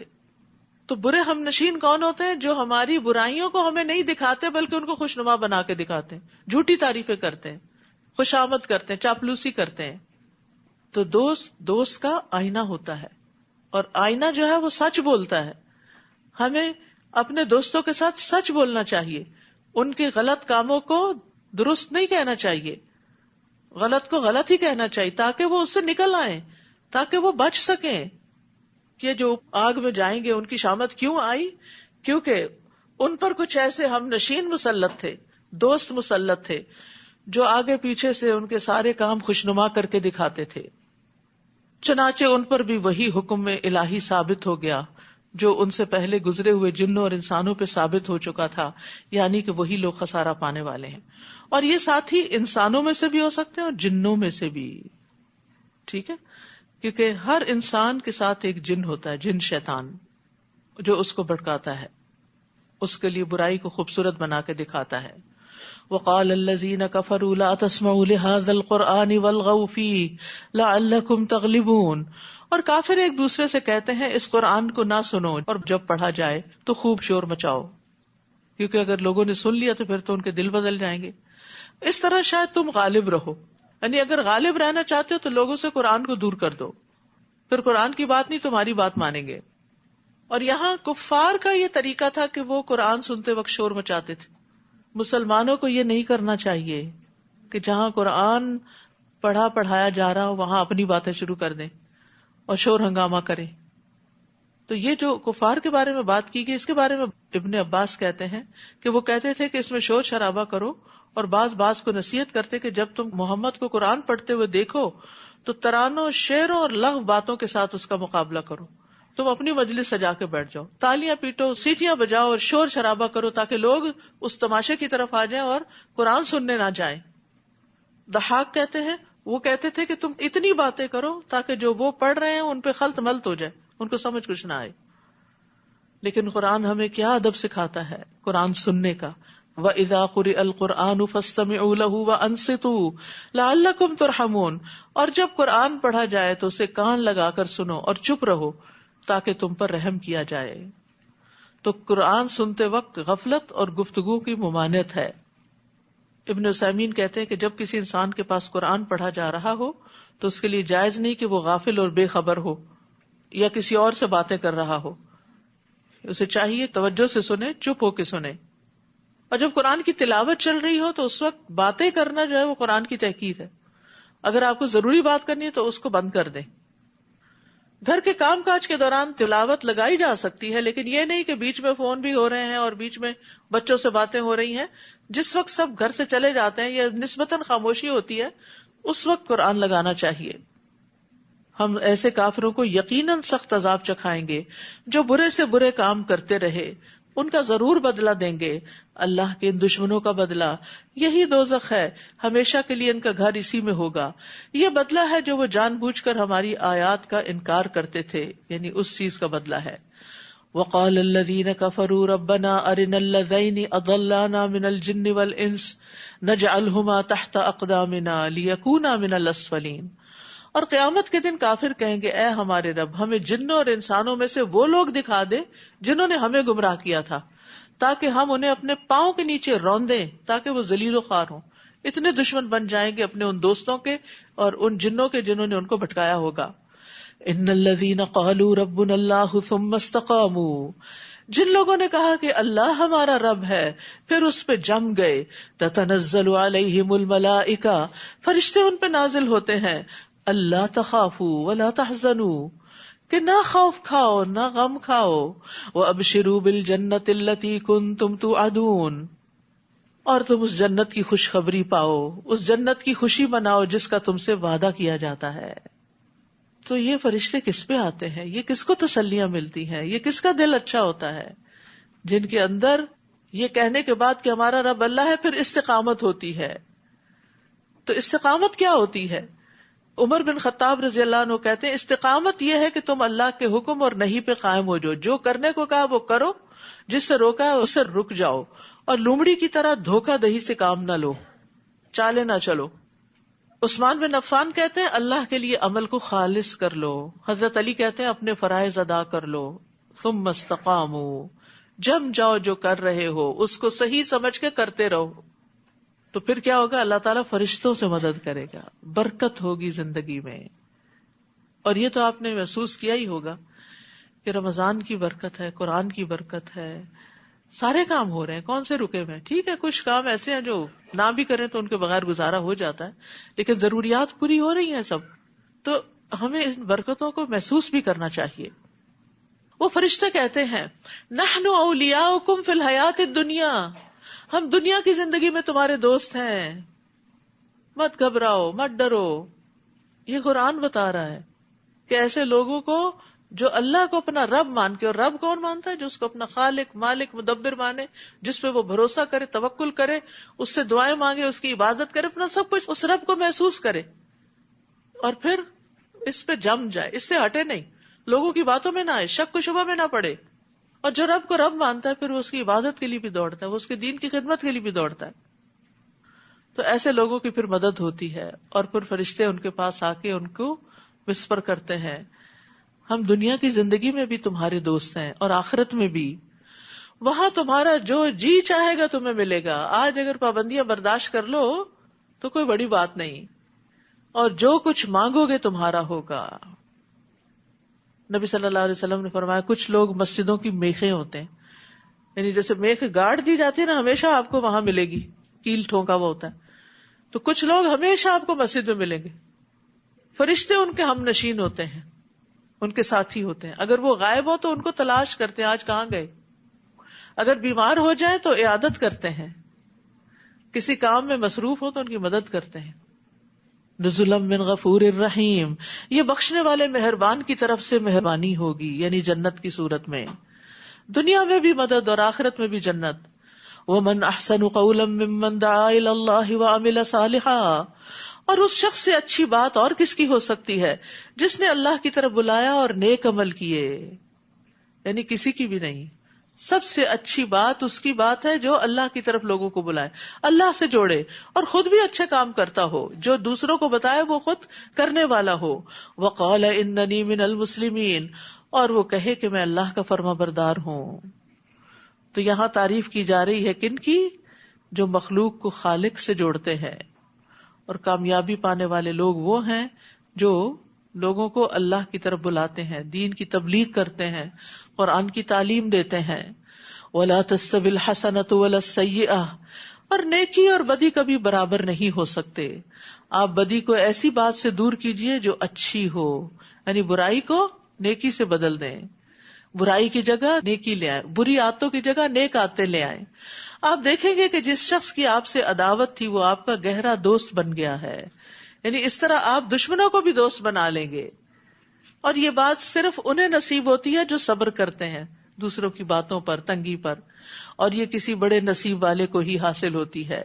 پھر اگر کسی وقت آپ کو کوئی شیطانی وسوسہ آنے لگے تو اللہ کی پناہ مانگیے، وہ سب کچھ سننے والا اور جاننے والا. یعنی اتنے اچھے کام کرنے والوں کو بھی وسوسہ آ سکتا ہے، اور وسوسہ انسان کے اندر شک اور بے یقینی پیدا کرتا ہے، اور انسان پھر آہستہ آہستہ اس راہ کو چھوڑنے لگتا ہے. تو ایسے میں اللہ سے دعا کر کے شیطان کے شر سے محفوظ ہو جائیں. یعنی شیطان کو برا بھلا کہنے کی بجائے تعوذ پڑھیں. بسم اللہ کہنے سے شیطان سکڑ جاتا ہے. تعوذ شیطان کے حملوں کا توڑ ہوتا ہے. وَمِنْ آيَاتِهِ اللَّيْلُ وَالنَّهَارُ وَالشَّمْسُ وَالْقَمَرُ، یہ رات اور دن، سورج اور چاند سب اللہ کی نشانیوں میں سے ہیں. نہ تو تم سورج کو سجدہ کرو نہ چاند کو کرو، بلکہ اللہ کو سجدہ کرو جس نے انہیں پیدا کیا ہے، اگر تم فی الواقع اسی کی عبادت کرتے ہو. پھر اگر یہ لوگ اکڑ بیٹھیں تو آپ کے رب کے پاس جو لوگ ہیں وہ دن رات اس کی تسبیح میں لگے رہتے ہیں اور کبھی نہیں اکتاتے. اور اللہ کی نشانیوں میں سے ایک یہ ہے کہ تم دیکھتے ہو کہ زمین دبی ہوئی بے آباد پڑی ہوئی تھی، پھر ہم اس پر پانی برساتے ہیں تو وہ حرکت میں آتی ہے اور پھول جاتی ہے. جس اللہ نے اس زمین کو زندہ کیا وہ یقیناً مردوں کو بھی زندہ کر سکتا ہے، کیونکہ وہ ہر چیز پر قادر ہے. بلا شبہ جو لوگ ہماری آیات سے غلط مفہوم لیتے ہیں وہ ہم سے چھپے ہوئے نہیں.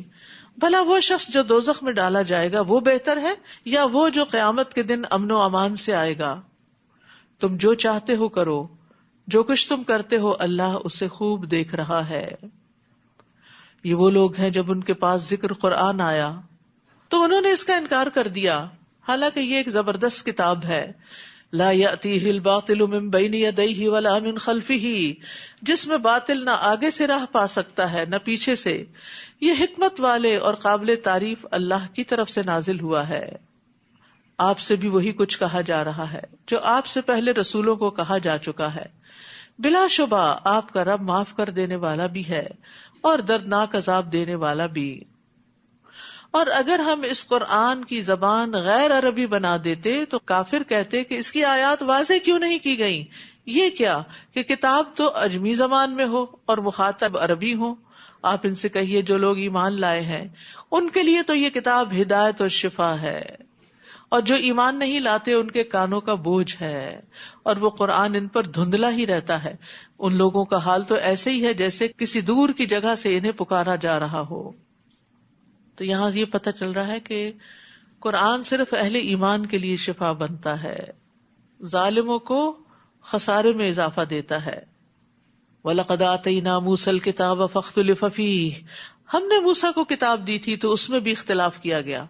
اور اگر آپ کے رب کی طرف سے ایک بات پہلے سے طے شدہ نہ ہوتی تو ان کے درمیان فیصلہ چکا دیا جاتا. اور یہ لوگ بھی اس قرآن کی نسبت ایسے ہی شک میں پڑے ہیں جو انہیں بے چین کیے دیتا ہے. جس شخص نے کوئی نیک عمل کیا، من عمل صالحا فلنفسہ، تو اس کا فائدہ اسی کو ہوگا. ومن اساء فعلیہا، اور جو برائی وہ کرے گا اس کا وبال بھی اسی پہ پڑے گا. وما ربک بظلام للعبید، اور آپ کا رب بندوں پر ظلم کرنے والا نہیں. یعنی اللہ تعالیٰ بندوں پہ ظلم نہیں کرتا، یہ بندے ہی ہیں جو اپنے اوپر خود ظلم کرتے ہیں اور اپنے لیے رانگ چوائسز اختیار کرتے ہیں. وآخر دعوانا ان الحمد للہ رب العالمین. سونے جاگنے کے آداب کا آپ کو امید ہے بہت فائدہ ہوا ہوگا. اب انشاءاللہ اس کے بعد ایک چھوٹی سی کتاب ہے فضائل قرآن مجید. یہ کتاب ہر گھر میں ہونی چاہیے تاکہ وقتاً فوقتاً آپ اس کو پڑھتے رہیں اور موٹیویٹ ہوتے رہیں قرآن پڑھنے کے لیے. اور جو بچے قرآن پڑھ رہے ہیں ان کو پڑھ کے بھی سنائیں. تو انشاءاللہ اس کے بعد یہ شروع کی جائے گی، تو اس سے پہلے آپ لوگ یہ کتاب خرید لیں تاکہ بعد میں آپ کو مشکل نہ ہو. سبحانک اللہم و بحمدک، اشہد ان لا الہ الا انت، استغفرک و اتوب الیک. السلام علیکم و رحمۃ اللہ وبرکاتہ. پارے کے اہم نکات. مومن صرف اللہ سے ڈرتا ہے، غیر اللہ سے ڈرنا شرک میں آتا ہے. توبہ کرنے میں دیر نہیں کرنی چاہیے، جب غلطی ہو فوراً ہی اللہ کی طرف رجوع کر لیا جائے. علم صرف معلومات حاصل کرنے کا نام نہیں بلکہ اس پہ عمل کرنا دراصل علم حاصل کرنا ہے. توکل ایمان کا حصہ ہے. ایمان والوں کی اللہ تعالیٰ مدد دنیا میں بھی کرتے ہیں. سچائی کا راستہ نیکی کا، اور نیکی جنت کی طرف لے جاتی ہے. ہمیں جاننا چاہیے کہ شرک کیا ہے تاکہ ہم اس سے بچ سکیں. ہر نعمت ایک امتحان بھی ہے، آزمائش بھی ہے.